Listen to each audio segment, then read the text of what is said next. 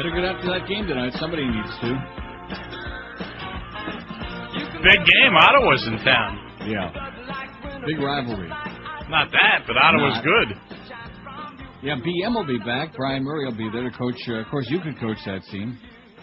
So you'll see one of the better teams in the league. Well, nobody's going to be there. It's they had 17,000. They said they did not have 17,000, and they blew the lead in the third period and had to win on a power play in overtime. Yeah, but they won. But they got 2 wins in a row. And if they could play little girls teams like the Caps and the Blackhawks every day, they'd have and the Penguins, they'd have a pretty decent record. You could say that about the Dolphins too. Well, was there any doubt about that? They had to come back to win that game. Let me tell you right now, if ever there was a script that you could see unfolding right before your eyes, you could smell it coming a million miles away. So thank you, Gus Farrat, for getting your bell rung, Dolphin fans. Dolphin fans ought to be sending him money. Thanks for getting injured, because if he'd have stayed in the game, they wouldn't have had a Chinaman's chance in purgatory. Yeah, that is correct. But that Rosenstein house guy, but he's really something. He's king. He's sage. Yep. Hey, it's all right with me. I took 5 points. The Dolphins were a 5-point favorite. Well, I can't knock my Patriots. They covered the spread in a very bizarre and so many bad games. Yeah. I tell you, there were a couple of good games, though. The Cincinnati-Pittsburgh game was good. So was Kansas City-Denver. Kansas City-Denver was outstanding. Nice going, Kansas City. Yeah, we had them.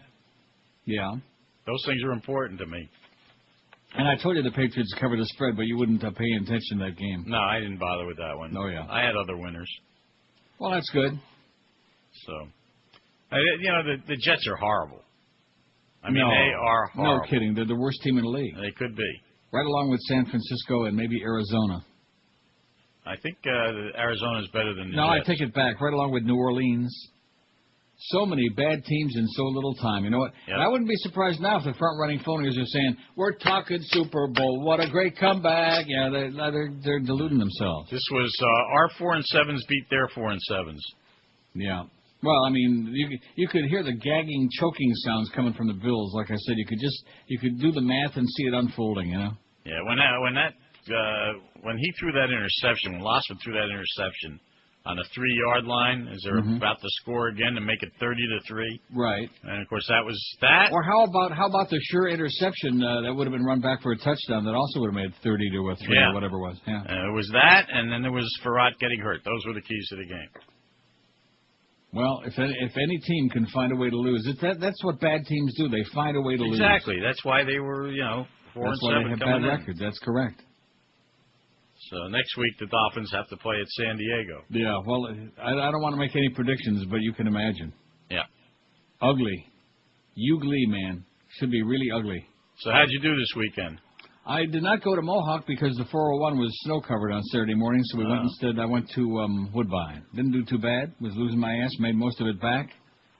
When you have a good comeback, huh? It's supposed to be a big snowstorm in the Northeast this weekend. Not here. Or tonight, rather. We don't have any snow here, and we have none coming. No kidding. New York is supposed to get hit. Well, they deserve it. Yep. Too many Jews there anyway. Too many Orthodox Jews in Brooklyn throwing bricks at everybody else's house. Yeah. Tired of them. Tired of all them Getchkis with their big hats. Just like on Arthur Godfrey Road, Miami Beach, in the summertime, in the middle of July, and all the Getchkis are walking around. They got those coats that weigh 40 pounds. Talk about people that smell bad. Can you imagine? Oh, yeah. Can you imagine getting downwind of those Getchkis? I'll tell you something. You would not be happy down here right now, or you would be I would not be happy down unhappy. here at any time. Yeah, that's why I got out. Now all the bad drivers are in town. Yeah. Oh, it's just brutal. What a concept. Yeah. Now, they're all here. The Chinese. No, it's not that bad in the summer, but yeah. Now it's just brutal. Probably some Quebecois, some of them frogs from Quebec. That's a big part of it. I want to tell you how obnoxious those people are. Do you know that it's not just the language that they want separate. It's not everything else that they want separate, but they also they want to have their own Canadian junior hockey team for the Olympics, French Canadian, to play in the Olympics. And they're even talking about the regular Olympics for the adults. Like, we got to have a French Canadian team. Oh, and before I forget, this is just like last week all over again, where the Herald has one article and the Sun Sentinel's got one totally contradictory. Same thing again.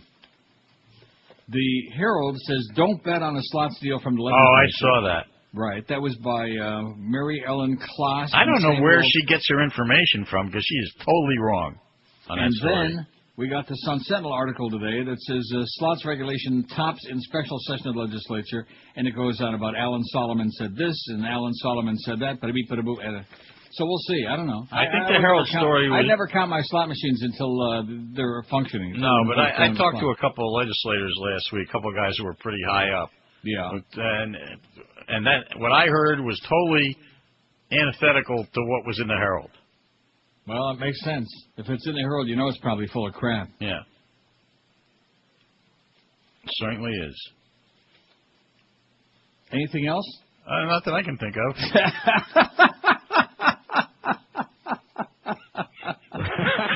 That's incredible. Oh, incredible. Yeah. There's nothing going on. No. It's that time of the year. It's the holidays. 'Tis the season to be jolly. We got Geldy on for Mo today. Mo, I guess, did the game in Pittsburgh. Like I told you, it's the season to be jolly. Mo did the game in Pittsburgh, so we got Geldy on today from the Yenta Center to preview that big hockey game tonight. I guarantee you there won't be 4,000 people there. I guarantee it. In fact, I'm going to record that game, and I'm going to watch every scene in slow-mo. I'll tell you what, Neil, yesterday at the Dolphin game, I looked up after the second score, which came 3.5 minutes into the game. Right. And I don't know if people left early or they just never came to start with, but there was nobody in those seats yesterday. I was shocked that game wasn't blacked out. They must have pulled some kind of a scam to get the television station bought what they said was the last 2,000. Yeah, but people just aren't going. Yeah. Well, can you blame them? No. Well, they would have had fun yesterday. They're not real fans in the first place. You have to have a real fan base in order to support a losing team. Yep. Did you see Carl Hyacint's column yesterday? It was on our website. It was pretty good. Yeah. About the real cost of the stadium and. Oh no, I'm talking about one he wrote about Las Vegas, about the Marlins. Yes. That's the one. Yeah, well, in it got into what the real cost of the stadium was going to be here, how the gap kept getting wider and wider, and, all the untruths. It was very good. Yeah, I put it on our website, so it must have been sensational, because I usually don't pay too much attention to Carl. It's funny how he doesn't write a good column 2-3 times a year, and that's about it. But it's funny how he gets it right, and the other guys at that newspaper don't. Yeah. When we don't have too many newspaper guys in town that get anything right. Fred Grimm writes a good column about twice a year, and that's it. Jicha writes a good column every now and then. What was the year? Did you write the year on your sleeve when that was? When was the last one he wrote that was a good column? I just said that to give you something to talk about. All he writes is puff pieces about TV network talk shows. That, like I said, his column could be in Peoria, Illinois, or Ishpeming, Michigan. It wouldn't make a bit of difference. He writes nothing about local. He's a one-trick pony. And maybe that's what they're paying him to do. I don't know, but he sure as hell, and he gets all bent out of shape that I rip him on the ear for. But it's the truth. He's got the nerve a few years ago to give a song and dance about how am I going to keep in touch by doing the show out of town. I'm out of touch. And yet, what difference does it make in his case? Because he doesn't write anything local anyway. Today he's got another piece about some stupid-ass sci-fi show that nobody's going to watch anyway. Tom, you're wasting everybody's time. You're wasting ink over there at the Sun Sentinel, okay? Write something local for once in your life. Christ. At any rate, so you did get me going. And when you're slow, when are you going to push him over the edge of the press box? We want to have everybody there to cover that. They have to open the window.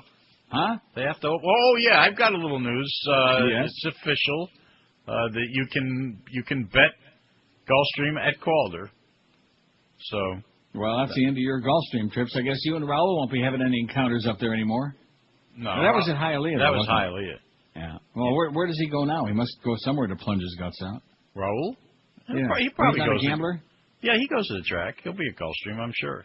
Well, that's another reason to stay away from there. Calder's a nice, friendly track. We were talking, George on Friday said something about how he loves macaroni and cheese. Yeah. And I told him the cafeteria at Calder's got the best macaroni and cheese. Yeah, that's right. I used to get that all the time there, man. It was so good. The food there is excellent. They all still have the track. They still have it there. I'm sure they do. Yep.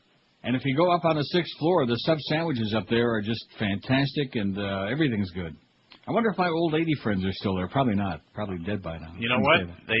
I haven't seen her at Calder, but she works at Gulfstream. Really? I know exactly who you're talking about. Oh, I wish I could remember her name. Such a sweetheart. Yep. She works on the first floor at Gulfstream. Latino lady. Oh, no, this is not the Latino lady. This is Mickey. Oh. Mickey's the one. one. Mickey. Yeah, I know Mickey, too. Yeah. Mickey was one of them. I can't remember who the other one was. Well, Mickey is still there. That's She's great. still there. I'll be damned. I wonder if Lester Greenshirt is still there at the track. 15 bullets, and she's still around. I'll tell you who's not at the track anymore. Did I ever talk to you about Ernie? I don't think you knew Ernie. No. The guy who used to sit in the stands and call a race out loud before the race. He was, huh? That's like Fred Capicella. Yeah. Fred Capicella, after he was and retired. By the way, speaking of Gino Cappelletti, which isn't Fred Capicella, but speaking of that, yesterday, because Cappelletti's now a radio broadcaster with the Patriots, and when Adam Vinatieri kicked a field goal that broke his record for most career points as a Patriot, he got up and saluted him, and they showed it on the camera. Yeah, it was How do you great. like that? I As saw opposed that. to your buddy Bob Greasy and all the other uptight Dolphins who are peeing in their pants about Indianapolis having an undefeated season. That's a little class. Nice going, Gino. I think the Dolphins will be the first to congratulate the No, they won't. the Colts. Maybe publicly they'll be doing a Masonic handshake. You know what? I don't think. I'll tell you why it's. They probably got a voodoo doll. I'll tell you why they aren't that upset about this, because it brings attention to what they did every year. No, they're uptight. Now, getting back to Ernie at the track, he was the best. He acted like a crazy person in the stands, and then he would talk to you and say, "Who do you like this race?" You know, like a very normal person, but they would sit and start, they're racing, and he'd start make up all these names, and they just. Well, I think I told you this story about Fred Capicella used to hang out in the press box at Hialeah long after he was retired. Yeah. And he'd stand in the corner with his field glasses. It's now post time. No, he wouldn't do that. Well, yeah, but the horses would break, and you'd hear this voice coming out of the corner, go, and they're off. Every race. Really? Yeah. Well, force of habit, you know. It was probably classic. Dave Johnson does that too. Ask Dave. Maybe he does that as well. Dave's still calling races. Not at the Meadowlands anymore, though. I know. No, but he does a lot of radio stuff. Yeah. Well, when you get to be 90 like us, you have to slow down that workload a little bit. Plus, he's got. He doesn't need the money, believe me. No, he's got more money than God. Yeah. He invested in a play that did pretty well. Yeah. The Producers. I'll be damned. Yep. And every time it plays somewhere, he gets a cut. Not bad. Well, a lot of people have a good scam going. You know what? That's what we need. There's the phone. That means probably one of my discs is downstairs. Either that or maybe it's Ed McMahon with my 10 million Canadian dollars. Well, I'll be listening today. Lotto paid $24 million here Saturday, but needless to say, I didn't get it. I won $10. Nobody hit it here, I guess, this weekend. $24 million. One guy hit it. Can't stand it. On that note, have a good day. Anything else going on? No, not that I know of. I was going to listen to your show. Okay. Okay. It ought to be very illuminating. The Illuminati might be on. Well, maybe Clarence will come running in with some pop. Who knows? All right. Well, have a great day. Don't lose too much. You got to pace yourself for the week. Yeah, and this is P-Val signing off. See ya. Bye. Heat fans, your Miami Heat are releasing a limited supply of previously held seats for sale to the general public. Tickets are being made available for all games in a range of sections. Tickets go on sale Tuesday, October 4th at 10 a.m. and start as low as $10. It is good! He did it! These seats are in limited supply and will go fast. Call 1-800-4NBA-TICKS. Check out Ticketmaster.com or any Ticketmaster location. Heat fans, mark your calendars for Tuesday, October 4th at 10 a.m. This is the day individual game tickets go on sale for all Heat home games. This might be your only chance to get tickets to see the new Heat squad with Shaq, D-Wade, two hands down, Jason Williams, and Buffalo blows, and so do the Bills. Oh! TiVo lets you control how you watch TV. But wouldn't you like to have that same control over your own existence? You can with Life TiVo. Honey, do these jeans make me look fat? Yeah, kinda. What? Use Life TiVo to rewind over stupid mistakes. Honey, do these jeans make me look fat? No, honey, you always look great. Aw, I love you. Life TiVo lets you fast forward through the boring parts. Welcome, parishioners, to Sunday morning Mass. Mass has ended. Go in peace. You can even use Life TiVo to replay your favorite life moments over and over again. Oh, baby, you're the best. Oh, baby, you're the best. Life TiVo. You'll never live life the same way again. You're the best. Oh, baby, you're the best. Oh, baby. Or maybe, oh, baby, you're the worst. It's 12 past 10 already. Happy Monday to you, December 5, a day that'll live in infamy. Got some interesting stuff going on. I don't know what it is, though. Let's see. Here's the facts for today's poll from Pedro. Good choice, Pedro. Can't stand radio chronics. We'll get to that. In fact, I think we need to do the break right off the bat, right from the get-go, don't we? Get-go. Right out of the box, as they say. Anyway, Armstrong Ford, one of the area. Now, let's see. It says 12-2 only. I see. Huh. I'll tell you, this sales department is doing a job that I don't think there are any words that Joyce would let us say on the air to describe the job that they're doing. I better not do that piece of copy because it says 12-2 only. Yeah. Although Fat Boy is, uninvolved and, keeps his distance. So like I said, forget what I just said. Truth is, when you dare to compare, you'll see why Ford is the best-selling brand of vehicles in the USA. In South Florida, the only Ford dealer to shop at is Armstrong Ford of Homestead. The holidays are here. Maybe your car was damaged during the hurricane, or maybe you just want a great new ride. Well, now's the time to get on down and see our friend David Rich, and let David put you behind the wheel of a new Armstrong Ford. Right now at Armstrong Ford of Homestead, they got some great offers and incentives. Get $1,000 cash back or financing as low as 0% on a Ford 500 or Freestyle. Get $5,000 cash back on Explorer Expedition. How about $2,000 cash back on Escape and $2,500 cash back on Focus? Certain restrictions apply. When you buy a Ford from Armstrong Ford, you'll also get, on top of all these good deals, their exclusive Tires and Batteries for Life program. That's correct, Tires and Batteries for Life. David Rich and the staff will treat you great because they're locally owned and operated. They want to see you again and again and again and again for life. And they'll give you the best price that's guaranteed in town. You won't get a better deal on the Ford any place, so why waste the time? Call David Rich at 305-247-5112 and tell him you want the Neil deal, whatever that is. Armstrong Ford of Homestead at 30725 South Dixie Highway, 20 minutes south of the 836. Check them on the wicked web, armstrongcars.com, and then drive a few miles extra if it is for you, but you'll save thousands for doing it at Armstrong Ford of Homestead. This is Neil Rogers. This is 560 QAM. Holy Mackinac! This is Joe Bowen, the voice of the Toronto Maple Leafs, and you're listening to the Hockey Authority, Neil God. This is an ABC News special report. Let's go to President Bush. He's in Asia addressing the Chinese president. And is in this nature since it's not of unlike seasonal food. Is he speaking Chinese? I don't know. Or is he stuttering English? He sent Maximus to Dar. The Chinese is a little rusty, but the Chinese president just called George Mr. Poopy Pants. This has been a presentation of ABC News. 10:17. Now, if you look at the Sun Sentinel story online, I don't know about the newspapers. I ain't got the newspaper in my hand, and you probably don't either because you don't read the newspaper. Right.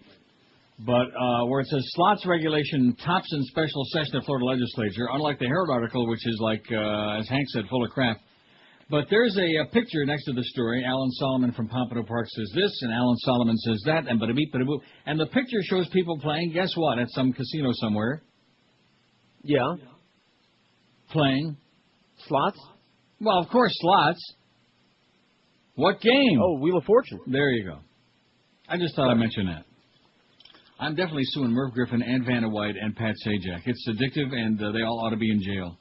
The best fast food of all, we asked on Friday. Boy, it seems like only 5 minutes ago Friday, doesn't it? What was there a weekend or not? I blinked and missed. How about those Dolphins? We love the Dolphins. Da, da, da, da. That's Sage Rosencrantz-Steen. Man, he's the best. Was that incredible or what? I bet you even Josh was underwhelmed by that. I was shocked. I was not. I knew it. I smelt it. I know who dealt it, and it was the Bills, and I could smell it. Being an upstate New Yorker myself. In fact, when you live here, you can smell Buffalo upstream, man. It comes right across the lake. Wow, man. It's bad. The best fast food is at Wendy's. 214, Old Bean. 214. I'll have a triple with cheese and onions, and that's it. What? Why don't you just eat one of those big rolls of ground beef? No, that's the ad that they're running. I have a triple with cheese, it's the American way. How about a quintuple with extra cheese and with mayo? Why don't you just inject lard right into my heart? That's a good idea. Well, we like Wendy's. I do. I don't ever eat it. It's what I voted for. They're all over town here, but I went there I think once. The fries are nasty. You know what I don't like about Wendy's? The fries? No, I don't eat fries anyway. Okay. I don't like the fact that they cook those burgers and then they they put them off to the side. Oh yeah. If you don't go at the right time when they've been freshly cooked, the meat is as dry as cardboard. Right. It's like chewing on a cardboard box. They kind of pre-cook them a little bit and then warm them back up. And then they finish it off. Right.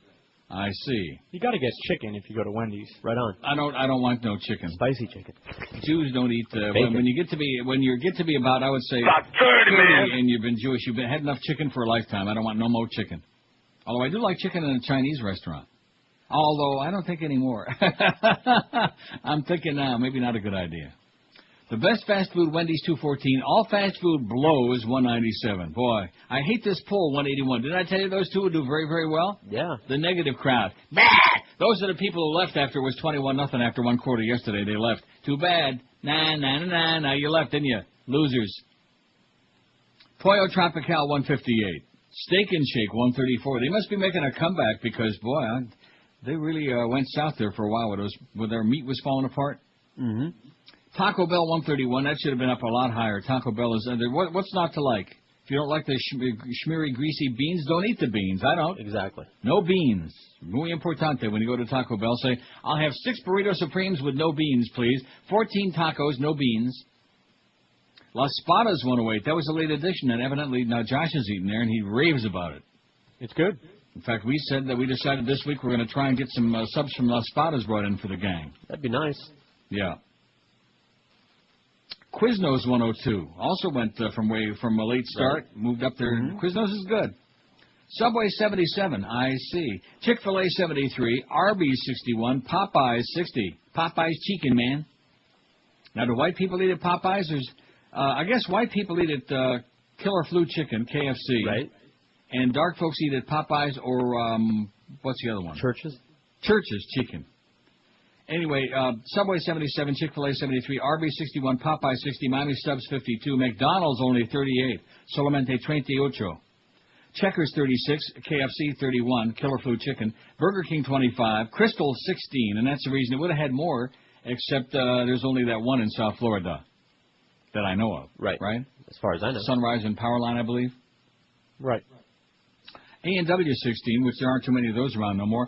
Now, what do you like best, the Mama Burger, the Papa Burger, or the Teen Burger? Huh? Well, hey, I like the Papa Burger. Or the Burger. Baby Burger for Miss Kamal. Papa Burger, baby. Pizza Hut 16, and Church's Chicken had only 11. So that, and probably only 11 because, we don't have that many dark folks listening, and the ones that do, they can't afford no PC, so. 1,737 votes. Now, the poll for today that we did we start it or not? Well, this is when we started. I'm trying to keep track. Is this the one for today or the one for tomorrow or the one for Wednesday? Who the hell knows? Oh, I don't know. I'm lost. We're keeping ourselves guessing now. I'm lost. Well, I when you least expect it, I come in here, and if Eric's got it ready to stick on there, it's like I'll see what kind of mood I'm in. And once the Patriots submitted that win last night, I thought, okay, I'm in a pretty good mood. I'll put the new poll on against the little girls team. Pretty embarrassing. You know what I mean, Josh, when your team just squeaks by a little girls team? Yeah, it was looking pretty bad there for you for a while. Why is that? Well, what was it, 3-3 like most of the game? No, not most of the game. They're a little slow starter. They want to embarrass the Jets. See, one thing, if you start fast like Buffalo, then you peter out by halftime, you're all done. But if you start, and kind of get the lay of the land and feel things out. Brady had a good day, 27 out of 37. He had a fine day. Nothing wrong with that man. I can't stand, and the reason I put no individuals is because otherwise, what's the point, George Bush, Rush Limbaugh, the same old. I'm tired of that already. As much as we agree, I'm sick of it. All they want to do is just take another shot at our poor president and vice president and Secretary of Defense and Condoleezza and all these other losers. Condoleezza. I can't stand. Religious Nuts, 265. That was my vote. I can't stand it. I'm tired of Getchkes, man. I'm sick of it. And this business, there's a story I got a little later on, which maybe some of you saw. ABC News is the Christ channel. Did you know that? I noticed that, and that's why I avoid it. I've never watched them before, and I guarantee I'll never watch them again. I'm going back to Brian Williams with his funky teeth. I'm going back to NBC. Right. Because at the end of every newscast, every night, they got some story about Christian video games and Christian movies and Hollywood and Christian. Well, guess what? I guess Disney's now trying to make up for lost time, you know what? I guess they're trying to make good for that movie Priest that they put out. Right. They're trying to get right with the Lord. Oh, by the way, tomorrow you'll get The Way of the Gun. I ordered it for you. All right. Sweet. I can't stand Religious Nuts, 267. South Florida Driver, 74. And the Humper says right now they're worse than during the summertime because all the snowbirds are there. Well, all of a sudden, Illinois. I've been seeing Illinois tags. Even more than they make a lot of noise in Illinois. Yeah. Probably from downstate. Probably from Springfield. Like they just discovered us in the word spread. The U.S. government, 63, can't stand it. See, that's the way. Now, I gave you an avenue there to take a little backhand slap there with this government. Bunch of fascists. New Yorkers, 48. Phonies, 43. Now, Eric had a typo on there in the beginning. I looked at my list I sent him, and very clearly it says phonies here, but he put phones on there, and it had a few votes. We could put any word on there, we'd get votes. Phonies, 43. Loudmouths, 38. People who stink, 35. Oh, God. I don't know why I didn't vote for that. People who smell bad. I mean, why? Why is it in this day and age? Why do you? I can understand the homeless people out on the street corner probably don't smell too good. They're a little unsavory, especially this time of the year. But I don't go near them. You know. Mm-hmm. Spare some change, Mister. No, just get out of my way. I'll kick your ass. South Florida 34. Of course, when you say I'll kick your ass, it's some old lady sitting there with no teeth. This poll 27. I hate it. Can't stand it. Black people 24. Drunks 24. How about drunk black people? Rednecks 20. How about drunk rednecks? Which I'd say there's an awful lot of drunk rednecks, you know? That's a little Seems to go with the territory. Hispanics 18. Going to the dentist 15. How about if it's a Hispanic dentist? Jews 14. My in-laws 8. Being married 7. White people 4. Sports nerds 1. And Radio Chronics 1. 750-65 already. Man, are we off to a flying start, aren't we? We got that 1,000 guarantee today. It's a real feather in the Tampa Bay Buccaneers cap. Couple of weeks, the Bucs have to play the Patriots. I think that game is in Tampa, is it not? You don't know. You're some fan. You are such a mediocre. Of course, I should know too, but I'm pretty sure. Well, look it up. Google it. Okay.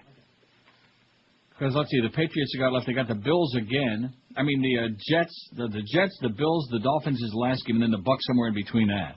And the Miami game, last game of the season, is in New England, in the snow, and boy, that won't be a pretty sight. Sage. 27 past 10 at 560 WQM. I've been. God? Well, everybody's heard about the bird. Bird, bird, bird. The bird's a winner when a bird, bird, bird. Bird is a winner when a bird, bird, bird. When a bird is a winner when a bird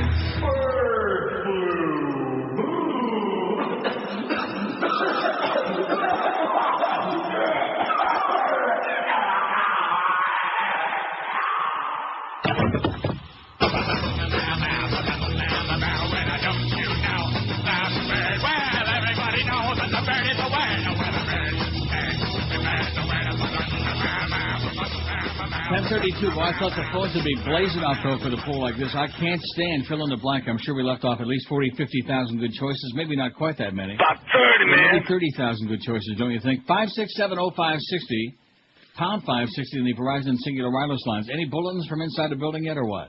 No. Now, let me ask you this question. I'm a little confused on this Mad Max. What is that you were talking about before? I was talking about Mad Max? Yeah. Mad Mike, Mad Max. What was it? Mobile Mike. No, see, there you go again. I tried to give you a little. You're no wonder they hate you like poison. It's just unbelievable. I thought you were going there. Why would you I'm bring not it going up? there. I don't even know what that is. Then don't go there. I said Mad Max. It's a mad. It's not a Mike. It's a mad world, isn't it? Yeah. I see. Man was working about 200 feet above ground and he fall down. Look at that on CNN. They got all these. There were 2 dogs lost in that town too, by the way, since 7 o'clock this morning. And we'll be having bulletins about that. And Rita Crosby's going to interviewing the dog owners tonight on MSNBC. After she finishes with that chick from Aruba. Chicken Aruba. WQAM, hello. Neil, how are you? Yes, sir. Good. I have one for the poll. Freeloaders. Freeloaders? Oh, can't stand that. I hate that. Not that we have anybody particular in mind. Come on. I'll tell you why. I was changing my tires, and all these people, they go in there just so they have free coffee and just keep refilling it and refilling it. And if you put a pile of crap there, they'll go and eat it. You know, it's incredible. Okay. If you put a pile of crap there, they'll eat it. Well, that's look at that. There's nothing on the phone, man. I think we're done. I think today, officially, they're off to the races. They got bigger fish to fry than worry about calling us. 567. Are we on the air today or what? 5670560. Or maybe they want to hear the bulletin about Mad Max. Pound 560 in the Verizon Singular Wireless lines. What's the wait for that 6-minute delay to build up? I can't stand. Maybe we got all the choices on there, huh? We got 802 vote. Must be a lot of things they can't stand. Like how about FP&L? Should we put them on there? Oh, could we? Could we please? Line 9 is going to be bad. QAM, hello. Hey, how you doing? Okay, sir. I'd like to add the Cannonball Run as movies you have to watch. Yeah, okay, great. 5670560, pound 560. What did I tell you about line 9? Retardo All the line. time. Now all of a sudden, now that the 20-minute delay finally caught up, we must be on a the triple jump delay today. It goes from Evers to Hooters to Chance, to Michael at Chance. WQAM, hello. Hey, how you doing? Okay. What do you got? How about one for your poll, Earl Howard David? Yeah, like I said, no names. Isn't that what we just said? Then right there's the reason. George Bush, Mo Howard David, no individual names, okay? I can't stand generic things. Can you relate? No. Do you understand the meaning of it? No. Of course not. Schmuck. WQAM, hello. QAM, hello. Wayne Huizinga. WQAM, hello. Good morning. How are you? Buenos dias. Buenos tardes. I missed part of the list. Are fundamentalists on the list? Well, the number one is religious nuts. I think you can put them in that category. That'll qualify. Then how about sports talk radio callers? Got it. Okay. Sports nerds. Okay, we got you're sports out of luck. nerds and yeah, and we got radio chronics right. and sports nerds. So we got both of them. We got even. Take I'm it not first. taking any more calls this year. I think. What? But they've been so good. No, I did. They had. Look, there's no point in pushing it. That's why they weren't calling. They got no material. Why? I mean, why push it? I learned that a long time ago. When you push it, that's when you get nothing but 4 hours of crap. I don't want to put 4 hours of crap on the air every day. Let other people put on 4 hours of crap. I'm not interested. God, it's pathetic. And this is so wide open, and what do? They start naming the same old name. Wayne Huizinga, Mo Howard David, George Bush, Dick Cheney. Oh, man, you people are, like the Humper said, I just kissed it. And the table, too, the counter here. That I'm not there. Kiss the ground. Every day that I don't care if we got a foot of snow and it's minus 18 Celsius. I don't care. Right. Because there's more to life than weather, and believe me, you just live in South Florida for a while and you'll discover that. Although not that the weather's so great anyway, with the 85 hurricanes and your house blown away. It's like the 3 bears came to town, blowing down your house and your roof, and FP&L blows and all this other stuff. It's pathetic. And you people, man, I got news for you. Your material is so lame. It's just on my worst day. If I were still in bed, if I was hooked up to the respirator like Perry Como on SCTV, my favorite skit of all time. He's singing from in bed. He's got oxygen. He's inhaling it. It's impossible, and he's laying there in a prone position, you know. Find a way, and it goes oh, down, yeah. down, down. Okay, that's enough. Hey, Perry, the good news is he's still dead. Now, was that guy a talent or what? He started out as a barber, and then he became a singer key, as they say. That's what the Japanese call a zinger key. He always sang in the same key, the key of dull. Da, da, da. He was kind of like the Dave Van Boring of music. Just coma-inducing. By the way, Geldy, before that game, now Geldy will be on from the Bank Atlantic Center. Please call him up and tell him to butch up those broadcasts. You know, I heard little bits and pieces, and trying to give him the benefit of the doubt, and I thought he was doing pretty good. But he needs to, generate some excitement, even when they're. That's your job, Geldy. Make it exciting, and show for the team. Don't forget about that. They made it very clear. I read Barry Jackass on Friday. Oh, yeah, we want you to bring a positive spin. They were telling Dave Strader and Denise Potvin, and I'm sure Geldy the same, and silly-ass Red Deer Randy. Yeah, I'm not saying bring a positive spin, but at least make the game exciting. Don't act like a overgrown child, although in his case, I don't think he has to act. You know, no matter who scores the goal, it's an exciting moment in a hockey game, and you can't sound like you're pouting, like, oh, gee, the other team scored again, oh, crap. You know, like that. You can't do that, Geldy. Call in and give him some instruction. Call and tell him to listen to like Joe Bowen and Mike Lang and Rick Jenneret and Bob Cole and some of the real hockey announcers, okay? Instead of this, whatever. I just don't understand this market, man. It's just like Jimmy Cefalo, the same thing. Did he have any qualification to be broadcasting the Dolphin game? No. None. Zero. Other than he used to play on the team. I mean, that's not a qualification to be a play-by-play broadcaster. It's so demeaning to the profession. It's just unacceptable is what it is. Hey, Jimmy. You fairy. Now, what do we got here? And please add to today's poll, stupid people. Oh, yeah. What good timing after this first bunch of calls. Stupid people. Maybe they were inspired. Yeah, man, it probably inspired the faxer out there. Excellent job, Mr. or Miss Faxer. So what's this about Mad Max? Look, now, it was the road warrior. Has Clarence been in there since the beginning of the show? No. Well, why not? I guess nothing's happening. Well, we need to find out. There's some stuff going on that we can't pass along to you, but there's some internecine stuff inside. All kinds of stories on the street, like in The Godfather. Remember, there's all kinds of stories on the street. In fact, some people are saying he's already dead. And Santino got all bent out of shape. Mm-hmm. Especially, huh? Yeah. Especially that ride on the causeway. Bent him out of shape. Look what they did to my boy. Yeah, I love the way when the toll taker, just when he ducks down and then you don't see him no more. Running theme in those movies. Anything unusual happening, you better hit the floor fast. Arkansas man scales the White House fence. You see this? No. A man from Arkansas. Well, I wonder if he was one of them. Probably Rush will be talking about how Bill Clinton put him up to it. I'm sure he did. A man from Arkansas scaled the fence surrounding the White House Sunday while President Bush was inside and was immediately captured by Secret Service officers. That's the man who jumped the fence, not the president. Secret Service spokesman Jonathan Cherry. I wonder if he's kin to Don Cherry. Identified the jumper as Sean A. Cox. Cherry said Cox was being charged with unlawful entry and was expected to appear today in U.S. District Court. Cherry said he didn't know where Cox was from in Arkansas or why he wanted to get in the White House grounds. He did not have a weapon, Cherry said. Bush was at home when Cox climbed the fence on the northeast side of the property around lunchtime. Should have invited him in for lunch. Probably one of his tax-paying constituents out there. Invite him in for lunch. See what his gripes are. See what's on his mind. Reach out to America, okay? Instead of this uptight, hysterical, Uniformed Secret Service. I thought it said uninformed. Uniformed Secret Service officer stood by with guns drawn while an agent escorted Cox to a guard station. Cox was wearing a sweatshirt. He was unshaven, and his pants were wet and dirty from where he was brought to the ground. He didn't answer a journalist's question about why he jumped the fence. There you got one of them. You've heard of the bridge jumpers. Here's a fence jumper at the White House. I can't stand religious nuts is leading the way by far. I'm really shocked. I'm pleased but shocked. 288. We can't stand you people, and we can't stand ABC News. You should only rot in hell and make up your mind who your anchor is, by the way. Not that it makes a difference. ABC News blows. Peter Jennings he's just turning over in his grave in hell. Coughing up blood. He's starting to beg for Celine Dion music. He said it's a big improvement over what they turned ABC News into. The God Squad. I'm sure it's Disney repents. Get Mickey on the phone and see what he's got to say about it. 819 vote on there. Nobody for FPL yet. Nobody for freeloaders. They'll all get theirs. Religious Nuts 289. And for the holidays, let me give you our message that we do every year. All you kids out there, there's no Santa Claus. Oh, and this business about trying to take Christmas away. This is the latest Falwell insanity. And Pat Robertson. They're trying to take Christmas. Listen, have all your Christmas trees. This is where some of the people go overboard.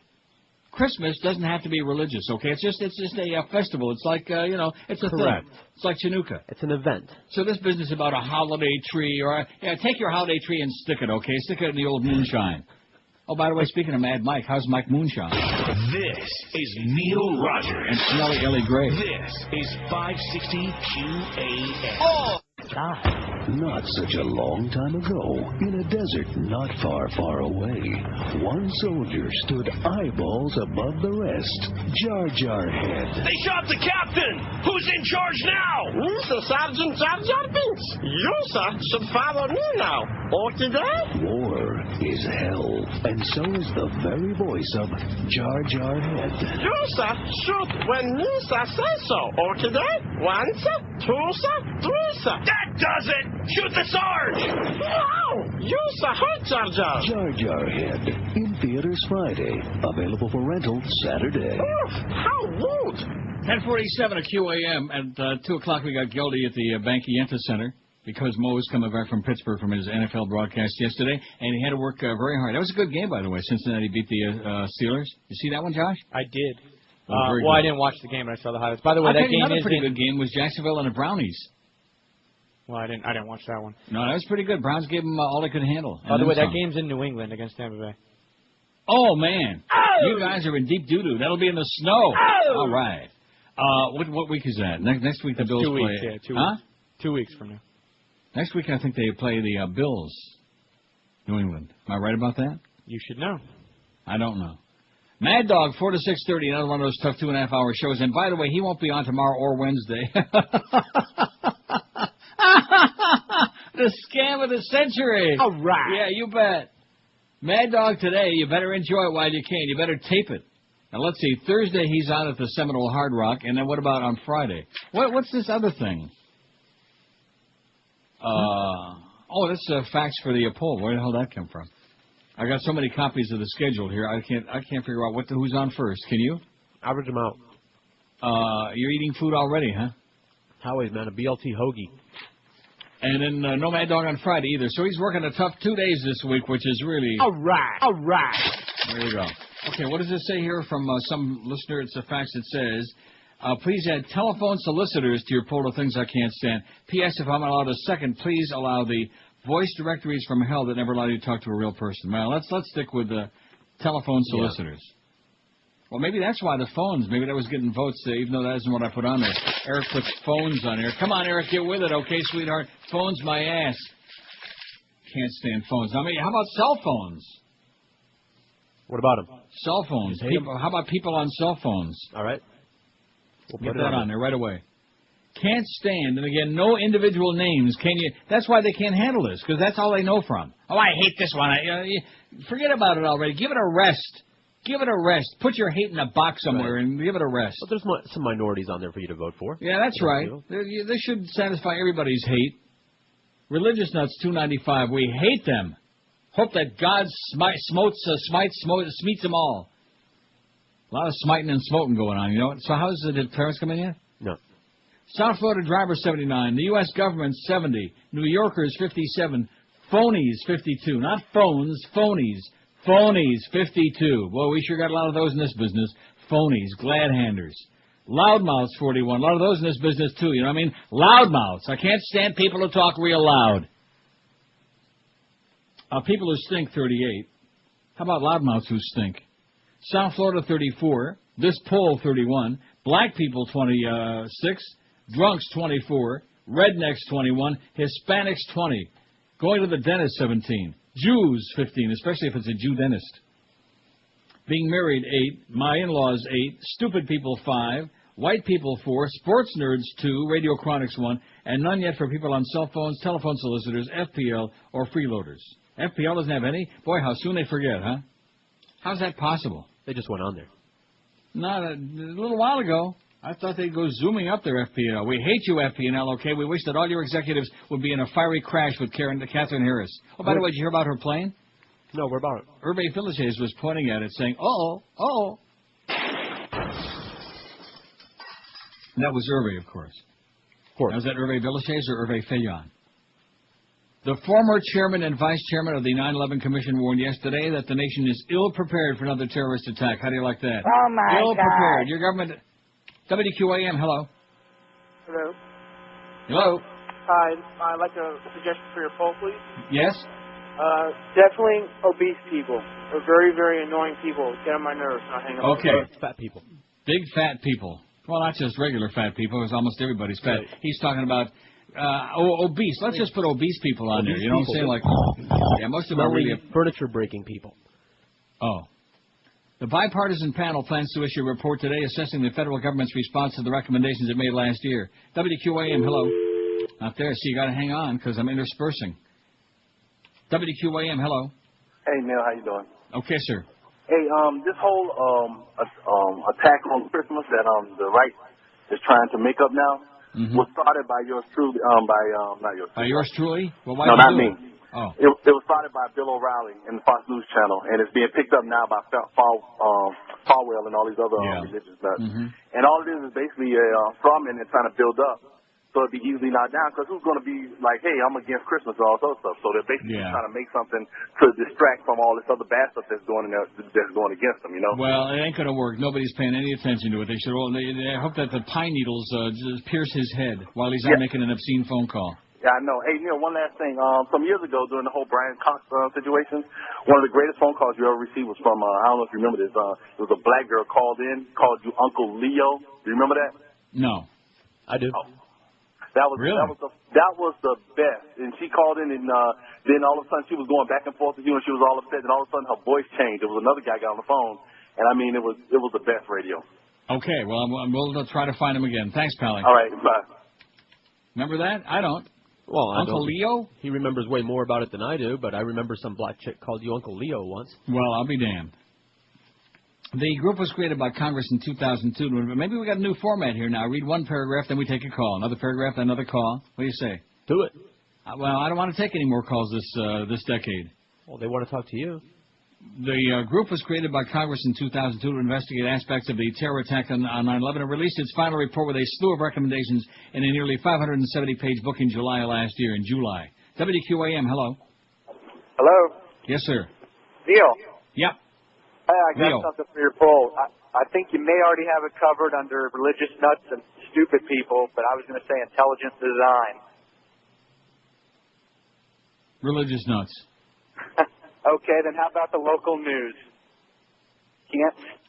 Tom Kean, the Republican chairman of the committee, told NBC's Meet the Press that enacting the changes is not a priority for the government right now. A lot of things we need to do really to prevent another 9/11 just aren't being done by the president or by the Congress. In other words, they talk a good game, but bada-beep, bada-boop. And the fact that they're letting these switchblades back on the plane again starting last Friday, this is just pathetic. You see that? That's Knives, sharp objects, as long as they're not more than 15 feet long. Right. Samurai swords. Right. Machetes. What we're concerned about now is that these recommendations, more than 4 years after 9/11, are still not being done. People are not paying attention to them, he said. Lee Hamilton, the committee's Democratic vice chairman, predicted another attack will occur. It's not a question of if, and said our nation is not as well prepared as we ought to be. And Kane said, God help us if we have another attack, we haven't done some of these things. All of these things.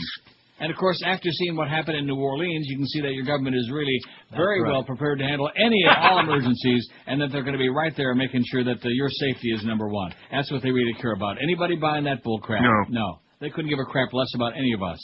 If we're not part of their neocon, religious right, Bible-thumping, fundamentalist, oil-drilling lunatics, air-polluting, world-destroying, if we're not part of that core of fascists, then screw all of us. That's their attitude. Make no mistake about it. And they can put on all this big dog and pony show about they're all concerned about this, and they're trying to sell the... Yeah, they're trying to sell the war because they got into it based on a pack of lies, and now they have no way to get out. That's what it's all about. They're just dying to find a way to get the hell out. Right. But guess what? Somebody said that they were like poking a hornet's nest, and once all the hornets get out, they're flying all around and you get stung. And that's what's going on. We're all getting stung, and all kinds of people dying over there like every day, and they just haven't got a Chinaman's chance in hell of getting out. And the Democrats, of course, most of whom voted for it, they also haven't got any idea how to get out. So I'll tell you the best way of getting out is bring the troops home. That's the best way of getting out. Yeah. Saying, he already told us this 2 years ago, mission accomplished, with a big photo opportunity there, with his flak jacket, giving everybody a lot of flack. Mission accomplished my ass, okay? You murderer, you butcher, you. But hey, it's the holiday season. Let's have a big smile on our face. That's so, right. Clarence coming in or what? No. 10:56 at QM. We're on the edge of our seats. As a matter of fact, I think we ought to play this often during the day. A lot of mysteries going on. This is Neil Rogers.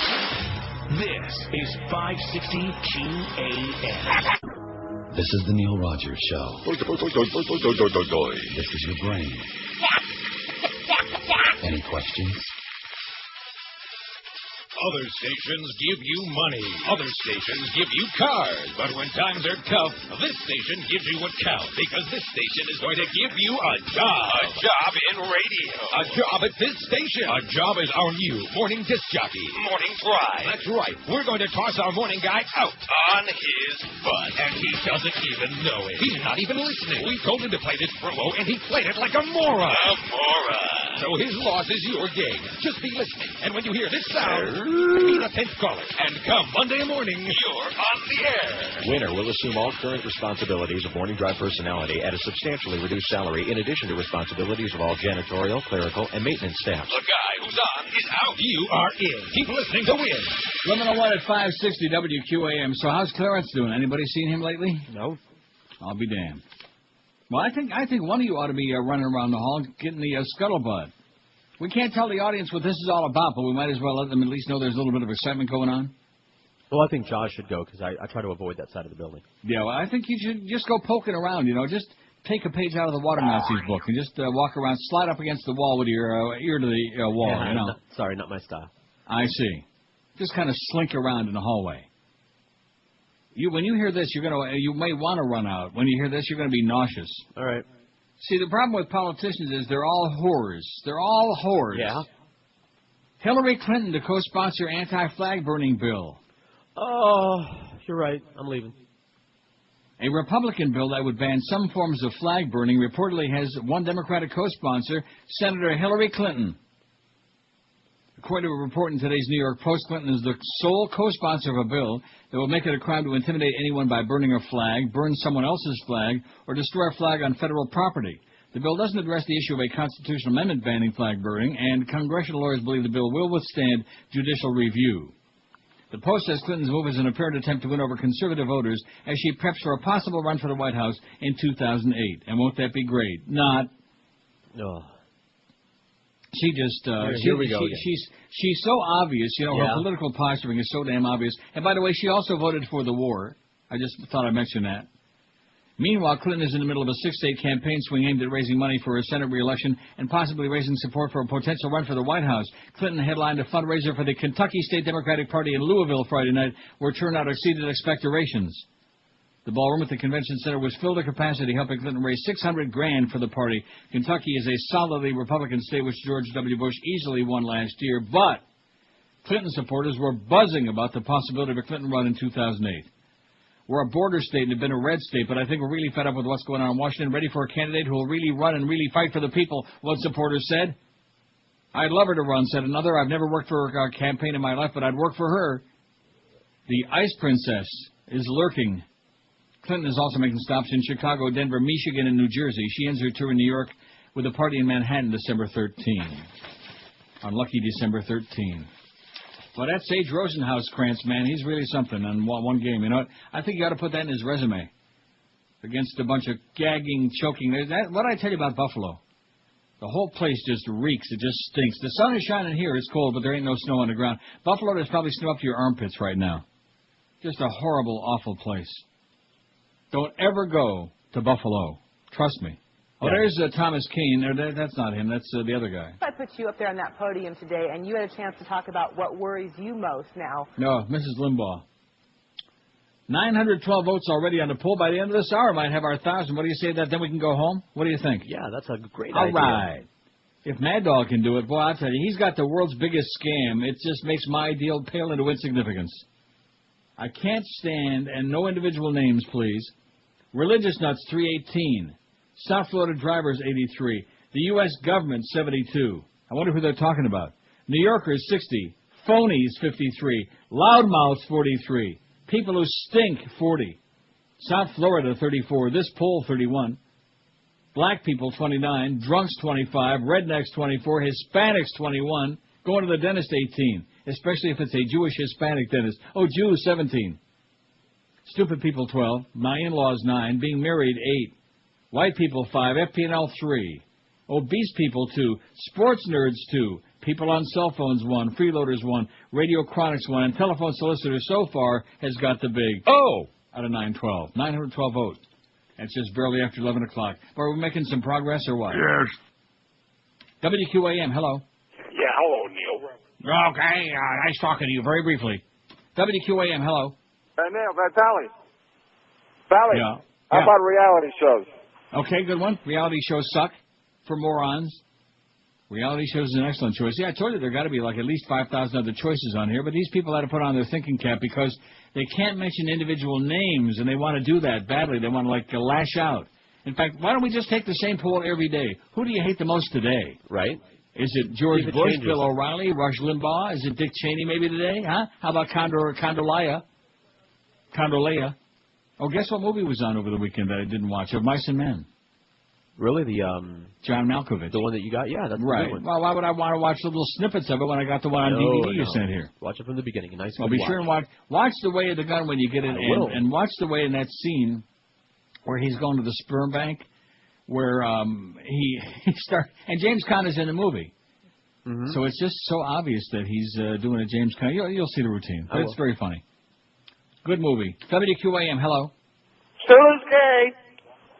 WQAM, hello. That was Robert Grieper. Do you notice that? No. That was Grieper. By the way, Grieper, you're gay. QAM, hello. WQAM, hello. Hey, Pally, how you doing? Pretty good. Hey, you're absolutely right when you talk about Jimmy Cefalo. That guy absolutely sucks. Hey, Jimmy. You fairy. Well, we don't want to get too personal. I was listening to him a couple Dolphin games ago. The Dolphins were going for a 2-point conversion. They make the 2-point conversion, and then Jimmy goes, "Oh, they make the extra point." And I'm looking on the field. I'm like, "Well, where's the kicker?" I thought they did a 2-point conversion, not an extra point. I'm like, this guy doesn't even know what he's talking yesterday, about. there was some goofball doing the Cleveland-Jacksonville game. They got so many games to broadcast, they just can't find the people to have any idea what they're talking about. And the what's play-by-play guy, which I have no idea who he was, Cleveland faked a long field goal, and instead they pooch punted it and backed up Jacksonville on their 10-yard line. And this guy never even made any comment about it was a fake field goal attempt. He just was lost. He didn't have any idea what that was going on.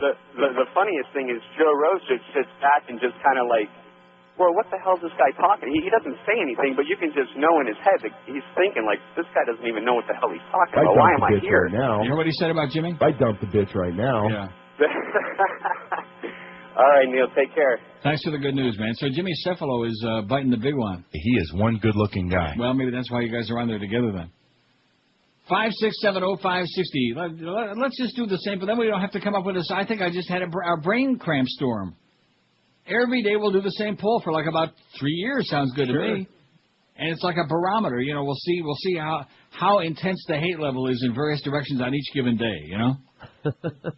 Oh yeah. It's like sticking your finger out the window to see what the temperature is, like most of the politicians do all the time. And that's why I can't stand her. I'm sorry. Obviously, I would vote for her, but I don't like her.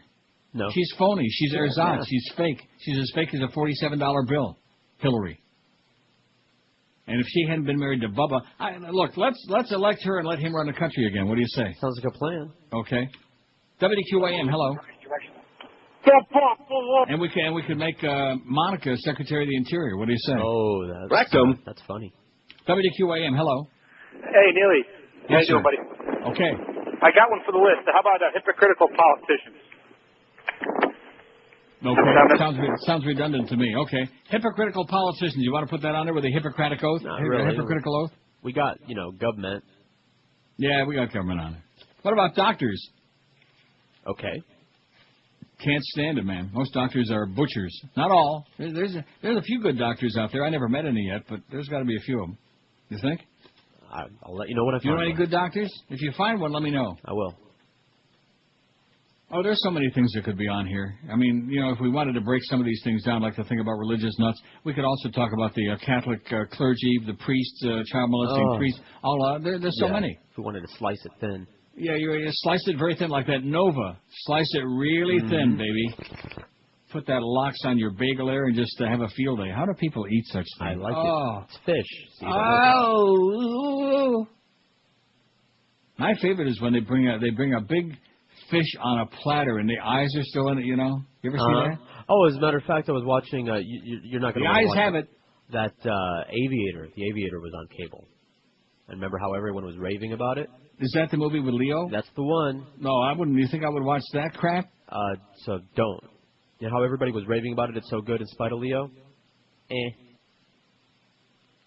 Well, that'll teach you to be watching that. Well, I guarantee you'll like the way of the gun a lot better. Nothing else on, I have no doubt. Although they did show him, peeing in all those jars. I don't want to say. If Leo was having hot sex with Tom Brady naked, I wouldn't watch it. Leo just makes me cringe. Hey, Leo! You fairy! Oh. Man, when did that ship ever land? That should have made front page news whenever that spaceship landed. But they served him one of those fish in the movie. That's what reminded me of that. With the That's eyes a good on poll we ought to take someday. Who looks like they just got off the ship? He's one of them. Yeah, he is. There's some very strange-looking dudes running around. Oh, I saw your buddy Jewish James Woods in some movie today. They turned that off real fast. Mr. Pockhead? Yeah, Mr. Pock. Yeah, he could have played on Star Trek. He could have been Mr. Pock. 320 say they can't stand religious nuts. I could have put Getchkis on there, but that would have been, they wouldn't get it. The Goyim wouldn't understand. Wait till we get to that story about Holly. Oh, here it is. Now, first we got to talk about the slots thing. Hooray for Hollywood. Oh, the Christian message. Look, all you Goyim out there with your yellow pages and your Christian video games and your Christian this, go away, okay? Just go to hell away. Blow your brains out, go up to heaven, have a nice talk with Jesus, and get out of the rest of our faces, okay? We're sick of you.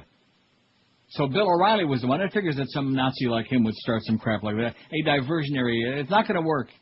Not going to work. Like Miss Fudge, you know, he's always getting these phone calls from Richard Mellon Scaife and all those other propagandists on the far lunatic right. Oh, put that on there about, some phony crap like that. Doesn't work. The public, they're fixated, man. Their eyes are on it. You just wait. You saw what happened in the off-year elections this year in New Jersey. Where was the other one? In Virginia. You just wait till next year. Republicans better go into hiding. You're not going to be able to find them with a search party. 11:13 at 5. Not that the Democrats are so great, but they're just, you see, and that's what they're doing. That's what's bad, is most of them are just dummying up, waiting to exploit and hop in there. Not that they got any better answers. Not that they got the balls to open up a mouth, most of them. 11:13 at 560 WQAM. It's that most wonderful time of the year, unless, of course, like most people, you hate the crowded malls, the long register lines, the crazy shoppers who act like they got St. Vitus dance in their pants, and the parking hassles, too. Make your gift giving this year a little easier for you and your loved ones. Give them a Dial a Mattress gift certificate. When you call 1-800-MATTRESS, you can order a Dial a Mattress gift certificate, any denomination, and a new bed makes a perfect gift that'll last for years. When you call 1-800-MATTRESS, choose from the top names in the business: Sealy, Serta, Simmons, King Coral, Stearns & Foster Hewitt, and Tempur-Pedic. Maybe you suffered damage from Wilma. Maybe you need a bed for those last-minute uninvited holiday guests. Whatever your deal is, call 1-800-MATTRESS. You'll get same-day delivery from 8 a.m. to 10 p.m. You pick the date and time for delivery to fit your schedule. Just any 2-hour window that you like. Dial a Mattress is mighty proud, and they ought to be. Their 99.7% record of being on time. They're ranked #1 in the world in customer satisfaction. I've used them for years. You ought to do the same. Before those guests arrive, pick up that phone and call 1-800-MATTRESS or log on to mattress.com. Dial a Mattress, 1-800-MATTRES. Leave off the last S because it stands for stupendous savings. This is Neil Rogers. This is 560 QAM.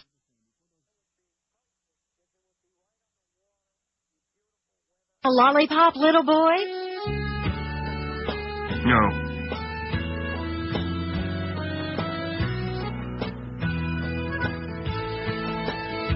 When Bill O'Reilly's dialing, sure he isn't wearing pants. He'll tell you if you like your job, then you'll give him a lap dance.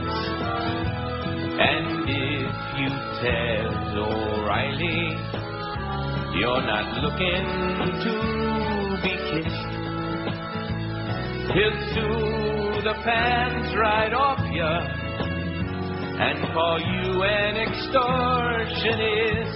Absolutely. All the factors fair and balanced, but not when he calls at night.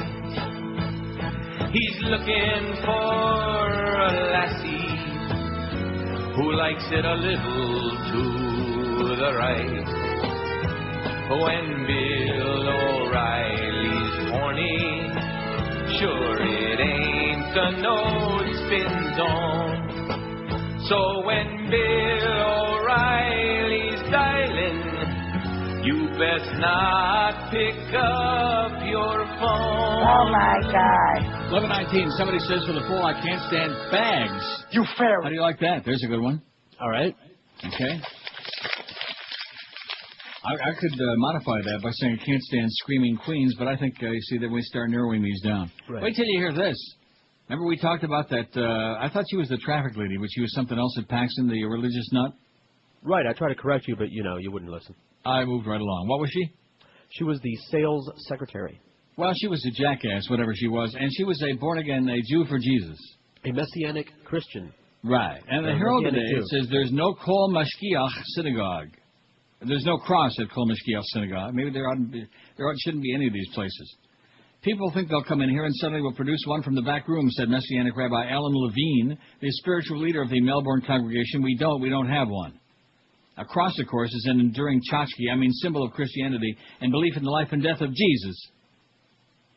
Don't rub your crucifix too hard, though. One can be seen at virtually every Christian church around the world, but not at Kol Mashgiach, which is in a secular-looking building on Lake Washington Road in Melbourne. We're not a synagogue. We're a synagogue. Boy, I'm making bad time. That's all right. It'll take longer this time. Kills a lot of time. That's right. We're a synagogue, not a church, Levine said. Don't call us a choich. Here, members profess their faith in Jesus. They call Yeshua as the Messiah and Savior, but also adhere to traditional Jewish customs and laws. I wonder if they eat treif. No. They're part of a national messianic movement of as many as 300,000 people. The movement consists of people raised Jewish and others, including Christians, who were not. In Brevard County, Kol Mishkiach and Shuvi Messianic Congregation are the only such groups. Yeshua and his disciples were Jewish, Levine said. Oh, God was Jewish. There's no getting around that fact. We truly believe Yeshua is the Messiah. I see. In accepting Yeshua, Messianic Jews generally don't celebrate Christian holy days such as Christmas and Easter, which they don't consider to be part of biblical tradition. It's in the wrong book. Kol Mashiach, founded in 1989, has about 120 members who meet each Saturday. Shuvi Messianic, founded in 93, has about 20 members who meet on Fridays in the building on US 1 in Melbourne. We're small, but we have a dedicated congregation. I can't handle all of this, all the cults.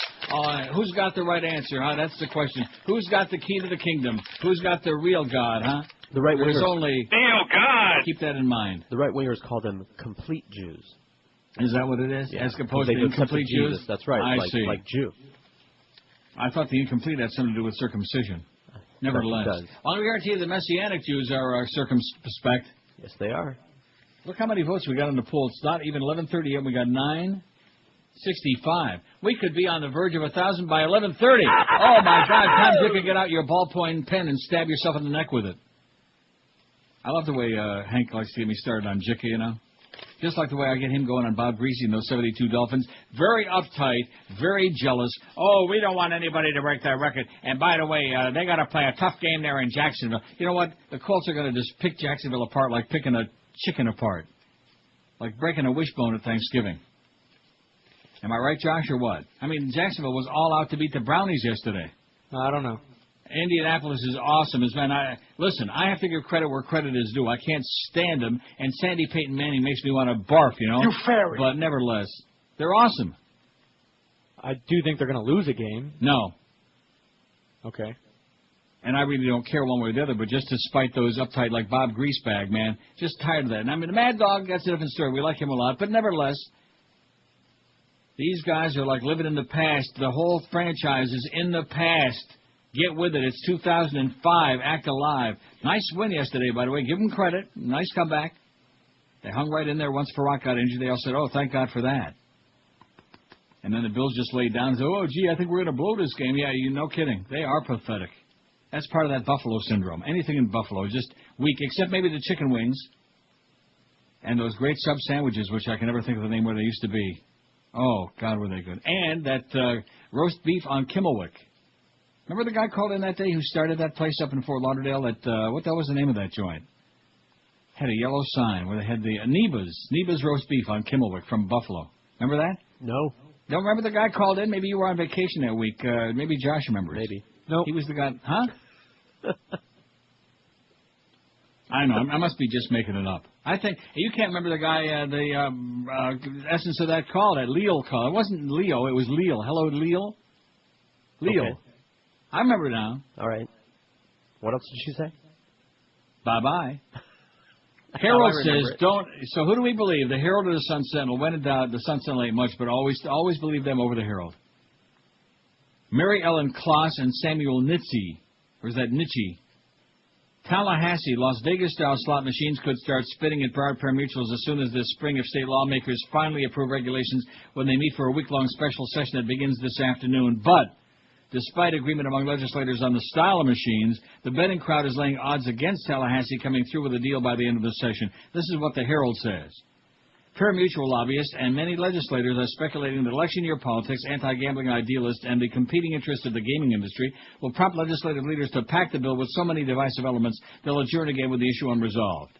Some people are gunning for a stalemate, said Senator Bill Posey, a Rockledge Republican and one of the Senate negotiators on the deal. Yeah, you can only imagine some people are trying to slip a Mickey in on this deal because those cruises for nowhere, if we ever had even the slot machines in South Florida, the cruises to nowhere are going to go right down the drain. It's like somebody pulled the plug on the ocean. Gee. I'm telling you right now, you know that. Uh-huh. What would you rather do, go over to Gulfstream or Pompano Park or Hollywood dog track, or would you rather hop on one of those cruises and get lost at sea in a hurricane? I don't know. Can I get seasick at the dog track? That's right. And can you get your wife raped at the dog track? I could. Well, you probably could. Now, the Sun Sentinel says Alan Solomon is a high-ranking gaming industry executive in South Florida, Pompano Park. But even he isn't willing to take bets on what the Florida legislature will do about slot machines in a special session this week. I'm not sure I can make the best wager on how all this gets done, says Solomon, Executive Vice President and General Counsel of the Isla Capri Casinos, which operates Pompano Park Harness. 13 months after Florida voters authorized slot machines for South Florida, legislators have much more to negotiate before they have a deal on how to tax and regulate the slots for Broward County's 4 parimutuel venues, Pompano Park, Hollywood Greyhound, Dania Highlight, and Gulfstream Park. Legislators begin at 1 p.m. today, a 5-day special session called by fat-ass Governor Jeb Bush, facing many complex decisions to implement the mandate for slots. Beside the gambling issues, legislators also are meeting to enact changes to Medicaid, revamp ethics rules, and tweak a new law dealing with sexual offenders. The major controversies dealing with slots will dominate this session. Among the key issues, how to tax the slots, how many and what types of machines to allow, hours of operation, and payoff percentages. On Friday, House leaders released a 44-page bill that would allow for Vegas-style Class 3 slots, which is what everybody voted on. While that decision alone moves the House closer to the position to the Senate, much more has to be agreed upon between the House and Senate and Governor's office. The House bill limits the number of machines to no more than 1,000 per venue. The Senate has previously imposed a no limit. The Senate isn't expected to release its special session stance on slots until today. They want to limit the number of machines, man. How about limiting the number of good machines, man? What do you say? All right. How about unlimited good machines, man, that pay out like 98% would be good? What do you say? I'll take it. And by the way, that guy that called me, he lied through his teeth. I mean, when you go and you play, you know what the story is. Mm-hmm. Anybody who tells you that there aren't different programs that they play on those things and they're not on timers, there was a woman won $37,000 on a quarter machine on Saturday. Wow. At Woodbine, $37,000 on a quarter machine. She got 5 of the same the gold bars across. They paid her when they took the whole machine apart. They came and they had to put the stethoscope in there and make sure everything was working. They took it all apart. They finally paid her after 2 hours. Another lady comes along. She puts in $20 in the same machine and paid $15,000 to her. Quarter machine. It was a good machine, man. $52,000 in about 20 minutes of play.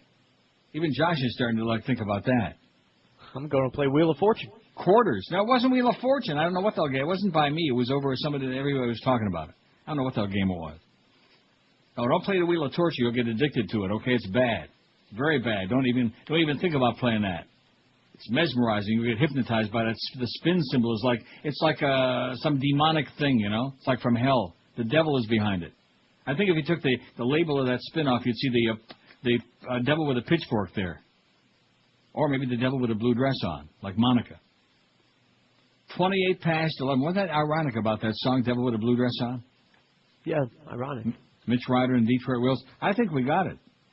Ah! Look at that. All right.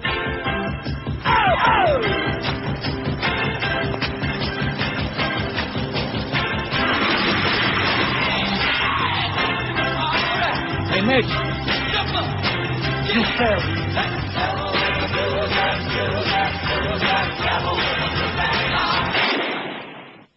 Anyway, we got to do the break. 29 past 11 already. Rich room-filling sound from your iPod. We're talking, of course, about the power of the Bose SoundDock digital music system. It brings the music on your iPod to life, even charges your iPod while it's playing. Sound and Vision says you are bound to love what you hear. And that's because only proprietary Bose technology lets you get the most from the music on your iPod. The system is friendly with iPod, iPod Mini, iPod Nano, and iPod with video. Its sleek appearance stylishly blends with your iPod, almost any room decor. It's easy to use. Even comes with a remote that controls the SoundDock system and basic functions of your iPod all the way across the room. So let the room-filling sound of the Bose SoundDock digital music system deliver a new iPod experience for you. Insert iPod, stick that baby in there, and hear what happens. Experience the SoundDock today at Tweeter, Target, Sharper Image, CompUSA, Circuit City, Best Buy, or Apple. This is Neil Rogers. This is 560 QAM. It sucks. Hey, man, how you doing? Hey, if you've been riding around your lowrider cruising for babes all day, you're probably pretty hungry right about now, right? So what you gonna do? Go home, or you gonna wash your hands, keep your elbows on the table, say peace and thank you? You don't gotta do that. Come see us, cause we're Nacho Mama, the new self-service Mexican restaurant. Excuse me, I'd like the Conquistador special. Hey, man, you can keep whatever you want. Because I ain't going to get it for you. We're not your mama. Oh. Not your mama. Serving up the best of anything you want. As long as you go back and make it yourself. That was great. Hey, where you going? I'm going to go pick that up for you. Wash those dishes, man. What? So, for Tex-Mex with no respect, it's... Not your mama. Do it yourself. We're not your mama. 26 till noon. Don't forget we got that big makeup game from Hurricane Wilma. The Panthers hosting the Ottawa Senators, maybe the best team in the entire league, eh? And BM returns to the scene of the crime. That's at the Macarena tonight. We got the Panther preview at 6:30. Silly ass Red Deer Randy and Geldy with the call at 7 o'clock tonight. Eddie K after the hockey game. I bet you Josh is going to be there tonight for that game. I bet you you're right. Well, I'm going to be there for the pregame. The pregame for about 5 minutes, and then fly right out of there like he was shot out with a cannon. This story from Eureka Springs, Arkansas that somebody faxed to us. This is unacceptable.